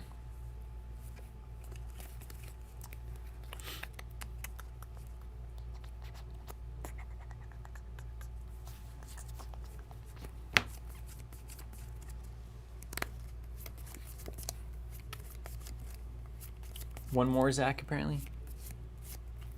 I took 3. Yeah. Yeah, that's right. Thank you. Aaron Clark, each hero does not have weapons armor, so it's super cool. So the deck building is, all of these can be changed. Now there are some pieces of equipment that are class specific. So we are seeing that there are basically like 2 characters per class so far. So if I'm playing Brute, which is this class, there are a couple of things that are Brute only, like the skull horn says Brute equipment head. But otherwise, this is all generic. So like, you're swapping in and out based on how you want to build that particular character. That is one of the huge appeals of the game for me. It is so fun. All right, let's do this. Yellow head jab. 2 damage coming in. Oh my gosh, this old thing. I forgot about all this nonsense. After not thinking I would be into them, I think I'm going to really love the ninjas. Ninja? Yeah, you are that. It's the tempo game. It's definitely a tempo game. But it's not like... I mean, the whole game is a tempo game. In fact, again, I will make this argument at some point I'll write a blog that's like 7 chapters long, and it's, guys, every game is a tempo game. Chess, checkers, etc. Well, This is a combo deck. But what does that even mean? Well, aren't we all trying to string our cards together? I mean, to it's make the best combo to result? try to get Zen state, yes. But I think what I mean by that is like basically pressuring you with lots of little moments instead of big moments, or like even fast damage. This is not a fast deck. No. Yeah, it's different. What do you got? You can't block with I can't block with anything from my hand, so I either block. Take I two, take two, you filthy animal. I take 2, yeah. All right, my next attack's +1. I like them apples. Yeah. Let's go generate 3 resources to use my 2 damage harmonized Kadachi. Can I block that? Yeah. Yeah, it's just the action cards, huh? Okay, so I will block with, let me see what my next turn is going to be.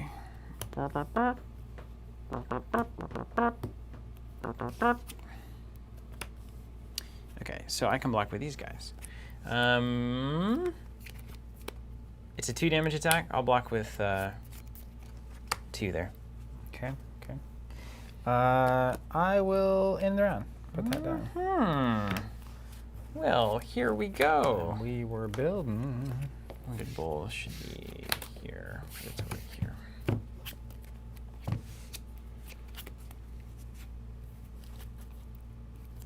Okay. Let's have a turn. Play Blood Rush Bellow. Generate 3 money. 2 left over. Discard a random card. It's 6 or higher. They got to go again. Brute attacks are +2. I draw 2 cards, and it gains go again. Oh my. So Terry Sand, I need that mask though. I do too. The Mask of Momentum.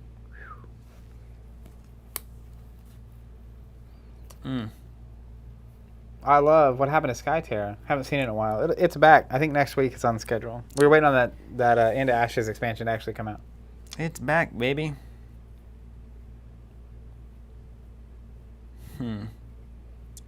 This is interesting.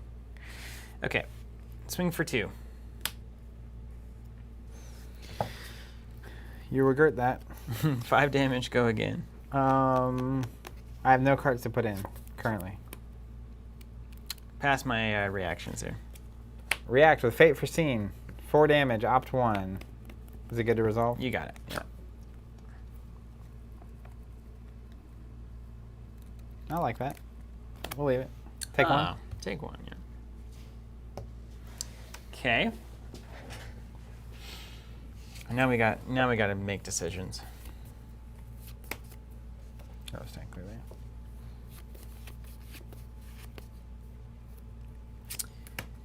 All right. 2. Generate 2. Swing with the other claw. It's doing 5 still. 2 and 5. I won't put any blocks in. Okay. Pass. Red Fate Foreseen. I'll opt 1. I'll keep it. Take 1. Yep. All right. Generate 2. Destroy Heartstrap. Play Riled Up for 1. It's +1 because I have a discarded card of 6 or more, and it's +2 because it's a brute attack, so it's currently swinging for a 9. Let's see if we can double it. It's a 4. Yeah. Now hold the phone. Because it's +3, so you could make it a 15. It would be 12 plus 3. It'd be a 15, yeah. But the chances are so low. 1 in 3 33%? to hit a 15. All right, let's try it. I think it's the. Yeah, but why not, dude? YOLO. Oh, it looked man, like a 6 there for a while. So didn't it? on the 6. All right, take 3 plus 3. Take 6 damage attack coming in. It's still kind of a problem. Yeah. I'll take it. I like that. Down to 6. All right, Benji. All right, I need you to move that's quicker. That's kind of what Kaio's up to there, I think. I have a feeling. All right, mine. Yeah. Red head jab. It's so annoying. At least I can block that. Oh wait, actually no, back it up. Yeah. Before I do that, I'm gonna play for my arsenal Yellow Promise of Plenty. Love that. If it hits, each hero doesn't have a card in their arsenal, puts the top card of the deck face down in their arsenal. If it's played from my arsenal, it gains go again. So it's 2 costs to go again. You can't block from hand. Nathan, you have the base value. It says base value on the card. I cannot block it, so it's fine. Take 2. Take 2. Then we each get the top card face down. It's going to be a sink below. Perhaps. Then my next attack is +1. Then we'll play a red head jab. It's a 4.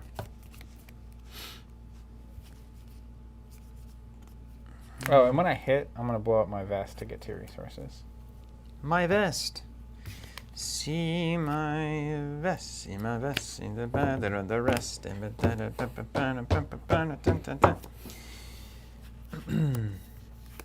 Block for 3.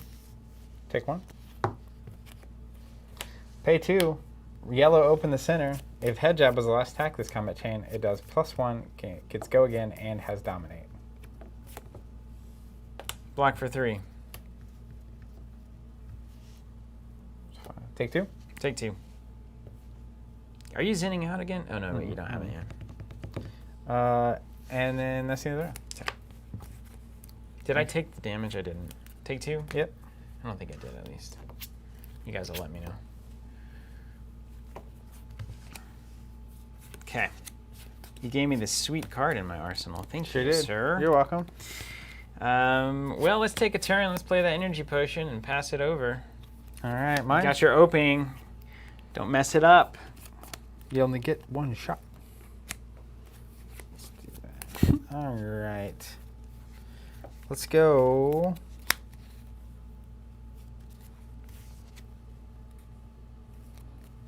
Yellow head jab for 2. Whoosh. Annoying. Here comes the ninja. Take it. Get the +1 on my next. We will use the Harmonized Kodachi for 2 floating resources. I can block that, right? You can do whatever you want. I'll block that for 2. Okay. I'll pay 1 for Razor Reflex. Make it +3. Coming at you, bruv. So 3 up. Currently, it is a should be a +4 total. It's like 5. Yeah. So, I'll drop that Fate for Scene in there. Okay. All right. Then. I feel like I should go ahead and just get that over with. Let's go. Do I want to do it? Do you want to dance? Do you? Precisely. Aaron, Blitz is a lot quicker. We haven't gotten into Classic yet, but we will. This is kind of at the end of the preview season, then we'll start really working on decks and get into the real. Let's go instant. The real magic. Sigil of Solace game 3. Why do you do that? Card is good, man. Then we'll go pay 1 and we'll send a Zephyr Needle at you for 2. Are you serious? Yeah, dude. And I can't block from hand? You can block from hand. I can? It's not an attack action. I can just kill that Zephyr Needle? Get it, dude.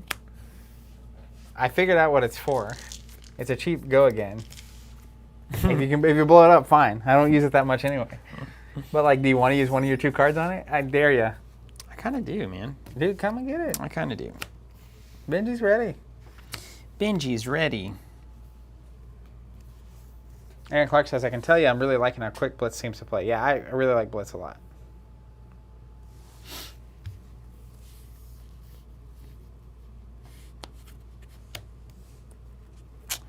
Yeah, I'll cover it up.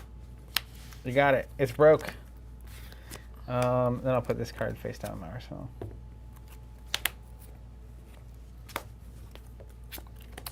Look at that, I'm ahead. Just like that. How about them apples? And just like that.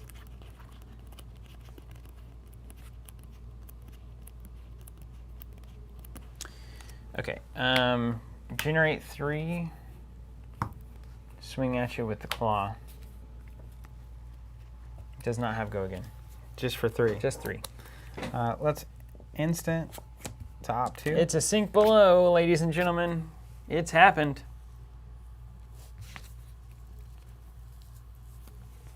Seal the Draft, does it play more like Blitz? Yeah. It's actually it's super fun. It's like Blitz, but a little bit less streamlined. I mean, your decks aren't quite as good. It's more. You really have to find the one or two like. In normal draft and sealed, you have like your bomb cards. Like if you can play them out, there's one or two usually you draft, and it's like, you just made the game awesome. In this one, it's like one or two like turns that you have to put together. Which is really cool. Red sync below. Yeah, you got it. Let's put this under draw card. Passing it over. In phase, here we go. I definitely feel like you could get good with this deck. Yes, you could. You absolutely could.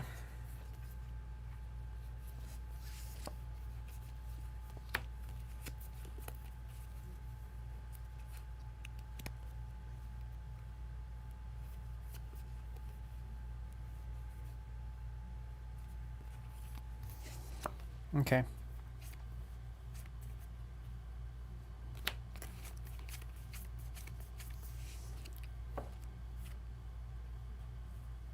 What now, though? What now? What does it mean to control a chain link? Control a chain link? It says that? What does that mean? Yellow Crane Dance says, if Soulbeat Strike was the last attack this combat chain, it gains, etc., etc., etc. It can't be defended by attack action cards with base strength greater than the number of chain links you control. Chain links is probably just the number of links in the chain. You control, I'm not sure. Maybe that means you hit? Is that a new thing? Is that a new thing? Have you guys seen this? Chain links you control? I mean, it's probably just chain links on the board, would be my guess. I think, right? I agree, Jonathan. I'm not much of an online player at all.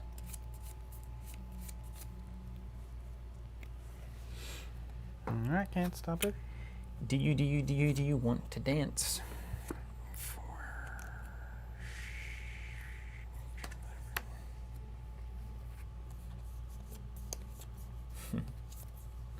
I'm gonna roll a 6. Good Calling it. Good luck proving I'm calling it. Calling it, man. I'm calling it. Just chain links on the board, says David, yeah. Why does that matter? You trying to combo me? Why are you drawing all your combos? Are you filtering effectively? I mean, I've been opting a lot. And And it's also, I'm putting in Arsenal knowing that I'm waiting for the other pieces a lot. I would have opted for some combos myself.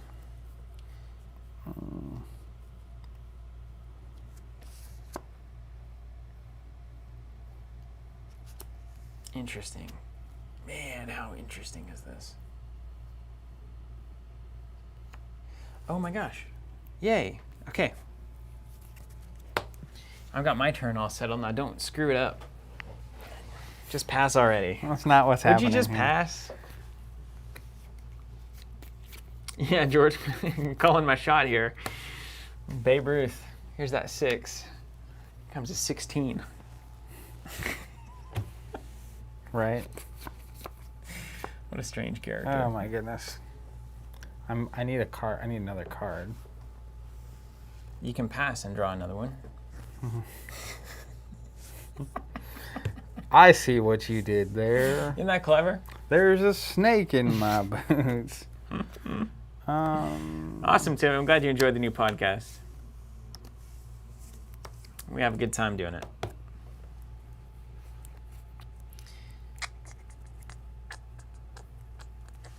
Which one of those is better?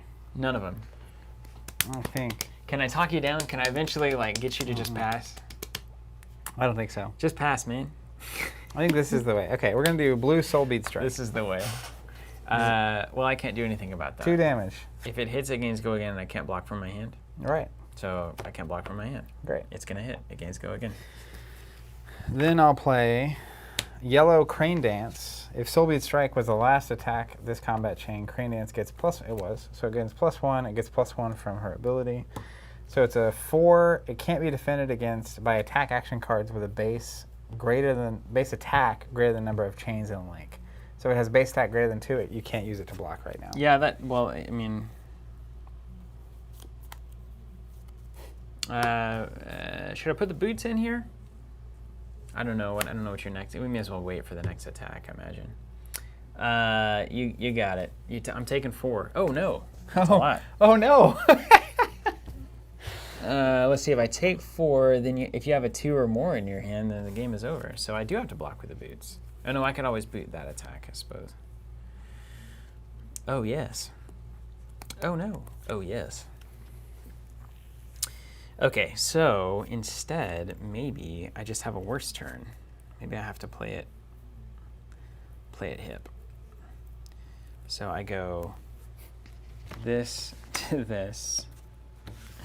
Yeah, I'm just gonna. Yeah, okay. You're definitely riding the line here. I'm riding the line. You're walking the line, John. Let's throw a 3 in there.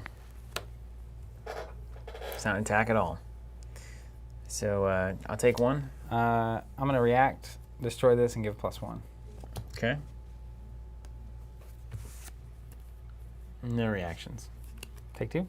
Take 2. Then I will...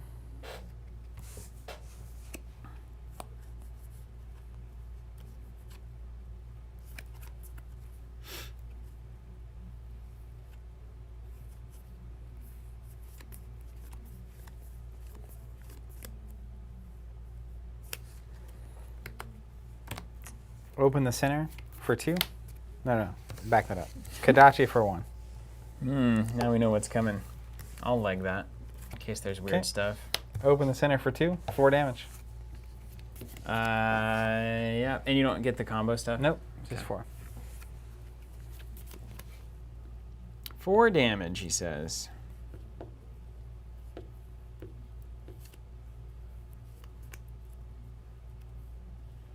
Okay, so if I do this, then I do this. That was easily the most complex tree that I had to figure out. Gotta figure that tree out. Because I had both head jab, open the center, and then I had soul beat and a crane. And I could only do one of them.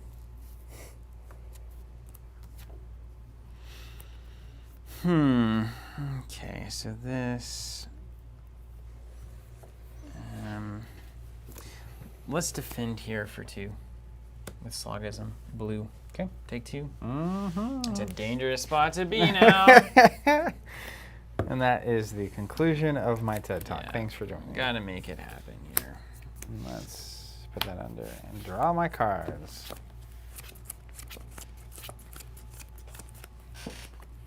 I gotta do it this turn. Destroy Skullhorn, draw a card, and discard a random card. Ooh, I don't like the order of that. Ooh, that's not good. I do not like the order I of thought it was this. discard a card, draw a card. I had nothing but the attacks in my hand, so hope you pull one of them. That's so bad for me. Red Fate for Scene, in case That is anyone so couldn't bad see for it. me. Okay, I do. Hold on. so now we gotta think about this. That is unfortunate. Mm-hmm.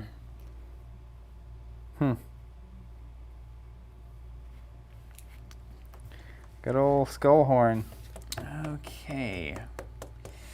Wheel.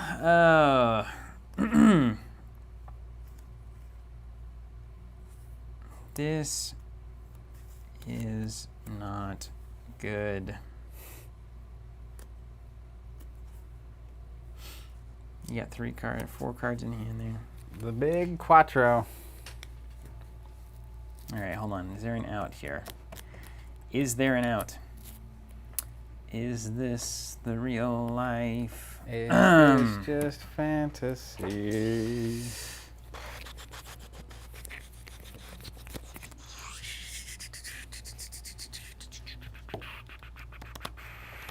I need to go again. Uh-oh, I'm done. I'm dead. I'm dead. I guess Intimidate may be better than this. I don't know. It doesn't matter. Let's play this somehow, either with the potion or not. We'll generate I'll just generate 2. Could have done Intimidate, or I could get the 7. It's fine. Additional cost to play this, discard this card. Okay, 7, here we go. Big Dads. It's a 3.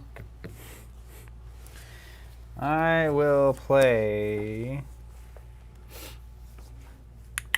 No cards in hand? No, Nothing. Take 3. you got it. All right. How many 2-cost attacks do you have? More than you want. Is it greater than 0? Yes. Then you win. GG. That's what I think. I think Warrior with the armor is just like, it's the anti. You're starting to see the rock paper scissors. Yeah. Definitely starting to see it, because that totally changes the game. It's like, I feel like ninja, especially this ninja. Well, I feel like I was also, If you pack the armor. at least I felt like I knew what I was doing most of the time. Yeah, that was definitely better. Brute always is like very strange to play. You really need to spend some. But all these classes have their learning curve. Yeah. You just got to figure it out, and like this is a totally different thing. I mean, basically, as far as I can tell, this deck revolves around hitting Blood Rush Bellow twice and as hard as possible. And so you probably, like if we were to go into deck building, you probably have your Blood Rush Bellow turn and you figure out the cards that make it as good as possible, which those cards exist. Because on your Bellow turn, you really want to hit. You want to hit Mandible Claw, Mandible Claw, Brute Attack, Gambler's Gloves, double it. And so you're doing like possible. 28, in a single turn. Goes rampaging. I just don't quite know what those moves are yet. Yeah. I definitely the moment I felt like it was really clicking on this deck, and again, deck building's going to matter, was when I knew how to use the Zephyr Needle. Yeah. It was just use it. There was literally a turn where it was just to try to get another card out of your hand, or 2 damage would be fine, but it was like, I need you to have to block this so that you can't damage me next round, so that I don't have to discard as many cards next round, so that I can go into my actual big turn. But I like her a lot. Yeah, dude. Benji's great. Benji's great. And KO, like I said, KO is interesting. It's like, I like the design space of basically having these heroes that you can imagine 2 years from now that certain heroes are going to pop up out of nowhere that people have forgotten about. And it's like, oh yeah, KO. We just got like a new Brute Attack or a new attack that makes a big piece of armor could difference. totally change the game for some Yeah. But it's incredible. Like Benji, as long as there's 2-cost attacks coming into the game, she's only going to get more interesting, right? And like at some point, too many 2-cost attacks. She or he? I guess we don't really know. Probably a she. Let me see. Doesn't much matter, I reckon. Benji. Yeah, as more, especially as one-hands come out, one-handed weapons. Yeah, but I'm just thinking there's enough 2 damage go again attacks. Like at some point, there's too many, and you don't need, like if you just have all that, like it's going to be a weird deck. But I already think we have enough. But it's like you just get to, she's going to constantly make you look at 2 damage attacks. What Benji did was like, why do they have these blue 2 damage attacks? And then you're like, oh, there it is. There it is. Yeah. That just shows you that there's just an understanding of the way that this game is going to evolve and develop that seems so intentional. You know how sometimes you get a new set and it's like, man, they just like were throwing ideas at the wall? Yeah. This is like unlocking things that you had questions about in the first set. Absolutely. It's super good. Well, and I think that it's cool because they can both design to that and then they can react to that as well, right? So I'm sure a decent amount of it was intentional. I know when playtesting is happening for a lot of games, they're testing a year of sets at a time. Like this was a 3-block set, and then you divide cards based on like what goes together thematically and what makes for good matchups and like how you want to build into this. But after set 3, we're kind of seeing that whole first year of cards. So I'm super excited to see whatever comes next. Because I assume we'll start getting new classes, but you never know. Yeah, well, we know from the book, right? We know from the book. We've got more classes coming. I don't know if we know it's in that next set or not, though. No, we don't know that. Yeah. Although somebody was saying that there's new heroes definitely in the next set. Somebody was saying in the chat that they know that. There's 4 heroes in the next set. Now, how do people know that? I mean, the first and second set have 4 heroes each. That's a So good like, guess, that, I guess. that would stand to reason that there'd be four Pretty good heroes. guess. Now, what I'm curious about is what is the status of Blitz heroes versus constructed Yeah. heroes? How is that going to play out? Are we going to always see adult versions? Or are we literally now setting the stage where the third set of every block introduces 4 heroes exclusively for Blitz? Or, I mean, there's a lot of fun things they could do. Or- Think about this. When they have their whole, once a hero wins 10 national level tournaments, they rotate out. Mm-hmm. And it's like literally you could take, let's say Dash wins the 10th event, and then it's like that it all That becomes all an adult. rotates in? That's interesting. So you know what's there, Huh. but it's, and like, That's pretty clever if they do that. yeah. In fact, it's so clever that it's like, if I want Kassai in the game, I have to start winning with Dorinthia. Yeah. That's so strangely interesting. It is. That's what I'm saying. I don't There's cool know. stuff That's they so can do. like so Your face, strange. You're like, It's I don't know what? about this. I don't know. I feel like That's fascinating, actually. I'm super excited because I feel like I'm getting to a new level of, when this happens, and now that we're playing with new cards and new heroes and new decks and just really exploring various stuff, I feel like I'm seeing the game differently. Oh yeah. Do you feel like you're getting It's there starting every to day? get there, yeah. Yeah. What I need to do is I need to crank on a single deck for like 6 weeks. Because the way that there's a couple of different ways that players do this. Like some of you guys will play everything once or twice and get a pretty good idea of things, and then just kind of start to learn everything and spend 1 week playing this deck, spend 1 week playing that deck, and eventually kind of have a diverse understanding. I always function best. I'm glad we got to do that with these Blitz decks, but I always function best taking a deck and sitting on it for like months and seeing every possible matchup against it and understanding what every matchup against it is trying to do and how I counter it with that particular deck. So I like learn the super fundamentals of the system through a singular pipeline. And then after that, it's like, that's how I then feel like I understand the game. And then I can maybe try to do that with a new class. Kind of evaluate everything else. Yeah. I mean, I think the tough part of that in this environment is going to be right now our meta is us. Mm-hmm. So usually we both do that, where it's like we'll both pick a deck or two that we're really like obsessed with, or a certain card, or depends on the game, Yeah, certain character, yeah. or in Netrunner we all had like our favorite like corpse and runners, and then you get to play against all the different stuff because you have a diverse meta. But we're gonna have to be building all of the things. We're going to have to be our own diverse meta. And I think that's what's next. So we're gonna get our boxes in on Friday. If you're a subscriber, those should show up on Friday. Thank you. Next week. Thanks so much. I do believe Flesh and Blood's on Tuesday. Yeah. That seems right. So we're doing Flesh and Blood next Tuesday as well, and we'll be looking at opening some boxes and actually deck building. So that'll be fun. We'll get to actually We'll pick bust who into we're some excited Crucible. about. Yeah, 100%. And then the week after that, we're actually taking a break. We're Yep. having the whole week is no stream, taking some time off. I think we're at either week 24 or 25 next week. They always say week 25 is when you need to take a break. That's what I heard. It's half the year. Basically the half year mark. It's absolutely mind-blowing to me. It's devastating to my sense of time. It's just weird. It's devastating. It's just weird, man. It's like, it's so weird. That's like a semester or a half year of school or however you want to think, a half of a year.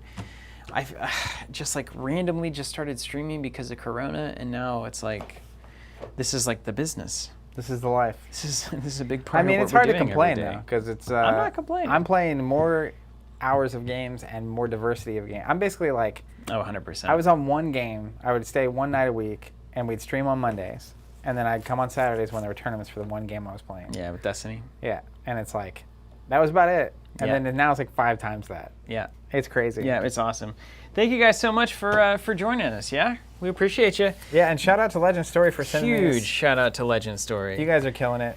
Um, I'm super excited about all this. All of the new mechanics, the sellsword, I think is the most interesting thing that I've seen today to me with the copper, and we saw cards that trigger off of silver and Dude. gold as well. We're going to constantly fight over the warrior class, Oh, it's so cool. but I'm glad we at least have 2 warriors now. I think warrior is kind of the generic, like, just flesh and blood fundamentals, good, Knight. great Fighter. class. Yeah. And you also have, they do so much of that attack reactions, you can find your way into a really good turn.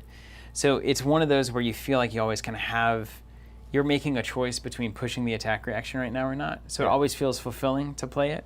Ninja feels like the kind of class that if you're good at it, you're really good at it. And then if you're not really good at it, you're just going to lose forever. I'm definitely going to be playing Ninja. Mechanologist, at least maybe not dad at all, but Mechanologist in general feels like the literally just press the gas pedal and just keep flipping cards and hope that it works out. Brute, man. I like Brute.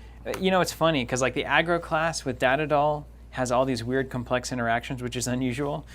And then the bruiser class, the brute, is like super technical in the way that you have to string together your stuff and think about the future of your turns and what you're going to pitch and what you're not going to pitch and those kinds of things. Setting up the windows with brute is a skill. It's nuts, right? That's what's cool. I assume Similar there'll to be players Guardian. that are good at certain classes. Similar to Guardian, although I guess Brute is kind of the offensive version of the big stuff, and then Guardian is supposed to be the defensive version of the big stuff.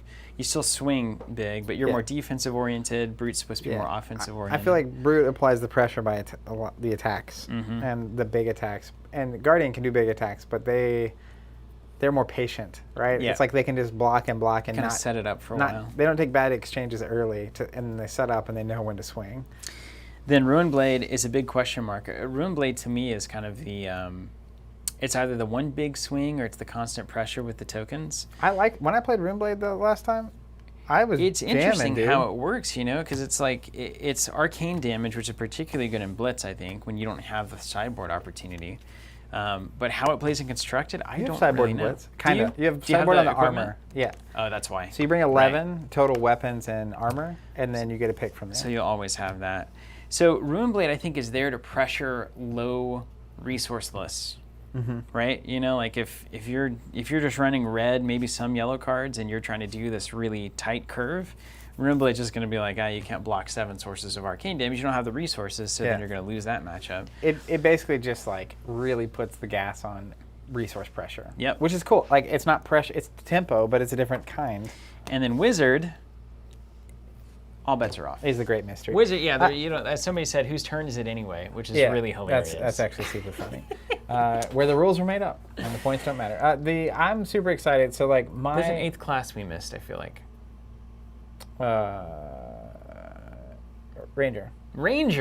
Yeah, that's your favorite. So I think Ranger's cool. My tops are like I'm really excited to explore Ninja, classic. Guardian, that's probably number 1. I gotta make Bravo really my thing. And Kano is really close behind that. And then Runeblade's also pretty high. And I also like Brute, and I also like Warrior. But like, I'm just gonna name them all. Well, that's easy. But like, I think I'm excited. I like the challenge of Kano because I feel like people dog on him a lot. Yeah. I feel like Runeblade, part of why I think I liked him so much is the spoilers that we got to play with. Yeah. Because like, Really rounded it out. whatever was going on there, the one that makes the minus thing, I got the birthday cake going. Like that was super good. That's really good. And I want to look at, so there's an article on the site. I'm going to check it right now before we get out of here because I'm really curious. The one about Kano? No. It's the... On the Fab site. Wow, look, they're all like weird. Crucible War spoilers. Okay. Oh, apparently there's traps. Have you seen the traps yet? No, I haven't seen any of that stuff. Steven's about to get excited. So what I'm most curious about is that, okay, so we've got the Data Doll. We got the Merchant. Oh, Merchant looks weird. Azalea, Kano, etc. Okay, look at this Merchant. We can't pop it up He for looks you. like a question mark. Trader of Skins. Cavdane. Oh yeah, I saw the art for that. He looks creepsters. He's terrifying. Yeah. Always willing to lend an ear or a helping hand, all he asks is 2 in return. A curious fascination for skin has seen this charismatic merchant cut out a niche for himself in the underbelly of Wraith. Cut out a niche. Never one to take advantage of those less fortunate. Oh no. Cavdane always recompenses an equal pound for pound, copper to flesh. Gross. Yeah, man, it's gross. Man, this is like, if you like Malifaux, you're gonna love this. I mean, I like the idea of like you have a universe that has like It's got some unsavory elements. variety. Yeah, variety. Like in Game of Thrones, the Boltons especially the Sons, really like just creepster. And if you're wanting to play the Boltons, what is wrong with you? Some people like to play the villain. I know. Actually, I know those people, and I played them in Thrones all of the time. You mean everyone you played against? In Thrones? Yeah, exactly. You just want suffering? Play Got Game him. of Thrones, would you? It wasn't that bad. We'll play. Actually, we're gonna throw back to that at some point in the not so distant future. So there's one hero we haven't seen yet. Because we have Data Doll, we have Kassai, we have the Ninja, we have the Brute. There's one question mark here. Is that the Shapeshifter? Must be the Shapeshifter. Now that could get me excited. And also, would you release the Illusionist already, Flesh and Blood? My gosh, I cannot wait. I just hope that it's not Kano on steroids. Because Surely it won't be. you think Illusionist and you're like, oh, they'll keep track of 7,000 like triggers. When I think illusionist, I think like very difficult to hit. Yeah. Because it's like, there's illusions, and I'm like shooting it like a ghost, and it Bring disappears. it on. What if it's like roll a d6 and sometimes you hit the illusion, sometimes not? That's nuts. Maybe that's the answer to the brute. This game's incredible. I mean, it's insane. Say what you will about whether or not you like that at all. Some of you guys are going to love it. Zach and I are never going to like that. Yeah, leave a comment below and let us know. I'm just kidding. But Smash no, that like yeah, button. please do. Let me know, especially in the replay on the video, if you want to leave a comment if you're watching this, I'd like to know what you think about Data Doll and that kind of style of play, because to me it was the most divergent that I've seen in Flesh and Blood. But it's in a direction that a lot of games go, and so it seems like there is an archetype here that people are wanting to serve, which is fascinating. And also, it's Blitz only, so what does that mean? How does that work? And then in the long term, Classic Constructed, is it still going to be the main mode of the game, or is Blitz ultimately going to be the normal tournament environment? I can definitely appreciate what full Constructed brings to the game, and I think just longer form games allows the hero classes that basically need longer to set up. Yep. It allows you to take more damage to create bigger swings happening. So I'm excited to try it. But like next up, we'll go through the boxes. We'll start deck Open building. packs, we're and going to then we're blitz for going a while, constructed. and then after we get our feet under us after set 3 comes out, I'm planning on ramping up to full constructed I think just to see how we feel. We should open set 3 and take our 2 favorite Blitz decks into Constructed right away. But I haven't even built my blitz deck with the new stuff. That's what I'm saying. It's We're like- not even going to build it. We're going to build a constructed deck with the new stuff. 60 cards. Let's go. That's what you want to do the week before we go up? That's what I want to do before we go on vacation, so that I have a moment to relax after having ingested all of that information. And then it's going to sit, because when you do something, if you give it time, it'll sink in, and then I'll come back and be a savant of the game. You're saying that full constructed will be relaxing, or you're saying that you No. get a relaxing break afterwards? I want a time to absorb. I want to get the sponge wet, Okay. and then I want to let it dry All right. over a week of vacation.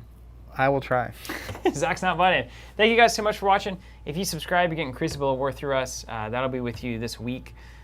Thank you so much for that. That is amazing. It allows us to keep doing this, put on our little dog and pony show here. I don't know who's the dog and who's the pony, but you guys can decide that. And then also, you decide. We've got the booster bundles. Will eventually be back in stock on our site. We've got some cold foil weapons still that are going to be bundled in with those. We've also got free shipping on the 2-box bundles. The only difference is they'll be unlimited. If you need to know more about unlimited, you can check the Flesh and Blood website. The long story short is it's basically the same.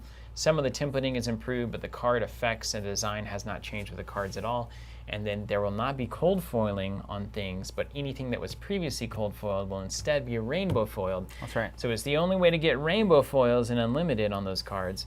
And the only way to get cold foil on those cards is the original printing, which is now going for outrageous amounts of money that I don't even want to think about. I'm not thinking about it. I'm not thinking about it. I'm not doing it. I don't think it's there. Again, shout out to Legend Story for providing the preview decks and for doing a great job promoting the set. If you're out there and you're going to be cracking into set 3 this weekend, do me a favor and savor it. Enjoy it. Sets only come out every so often, and I love when a new set of a collectible game comes out. All the new cards, all the new possibilities. So really enjoy it. I hope you all get the best cards in the game or whatever you're after. Whatever you're after. And hopefully you enjoy it as much as we do. But either way, we'll see you next Tuesday for some more Flesh and Blood, where we are sure to be having a good old time. Take care, guys.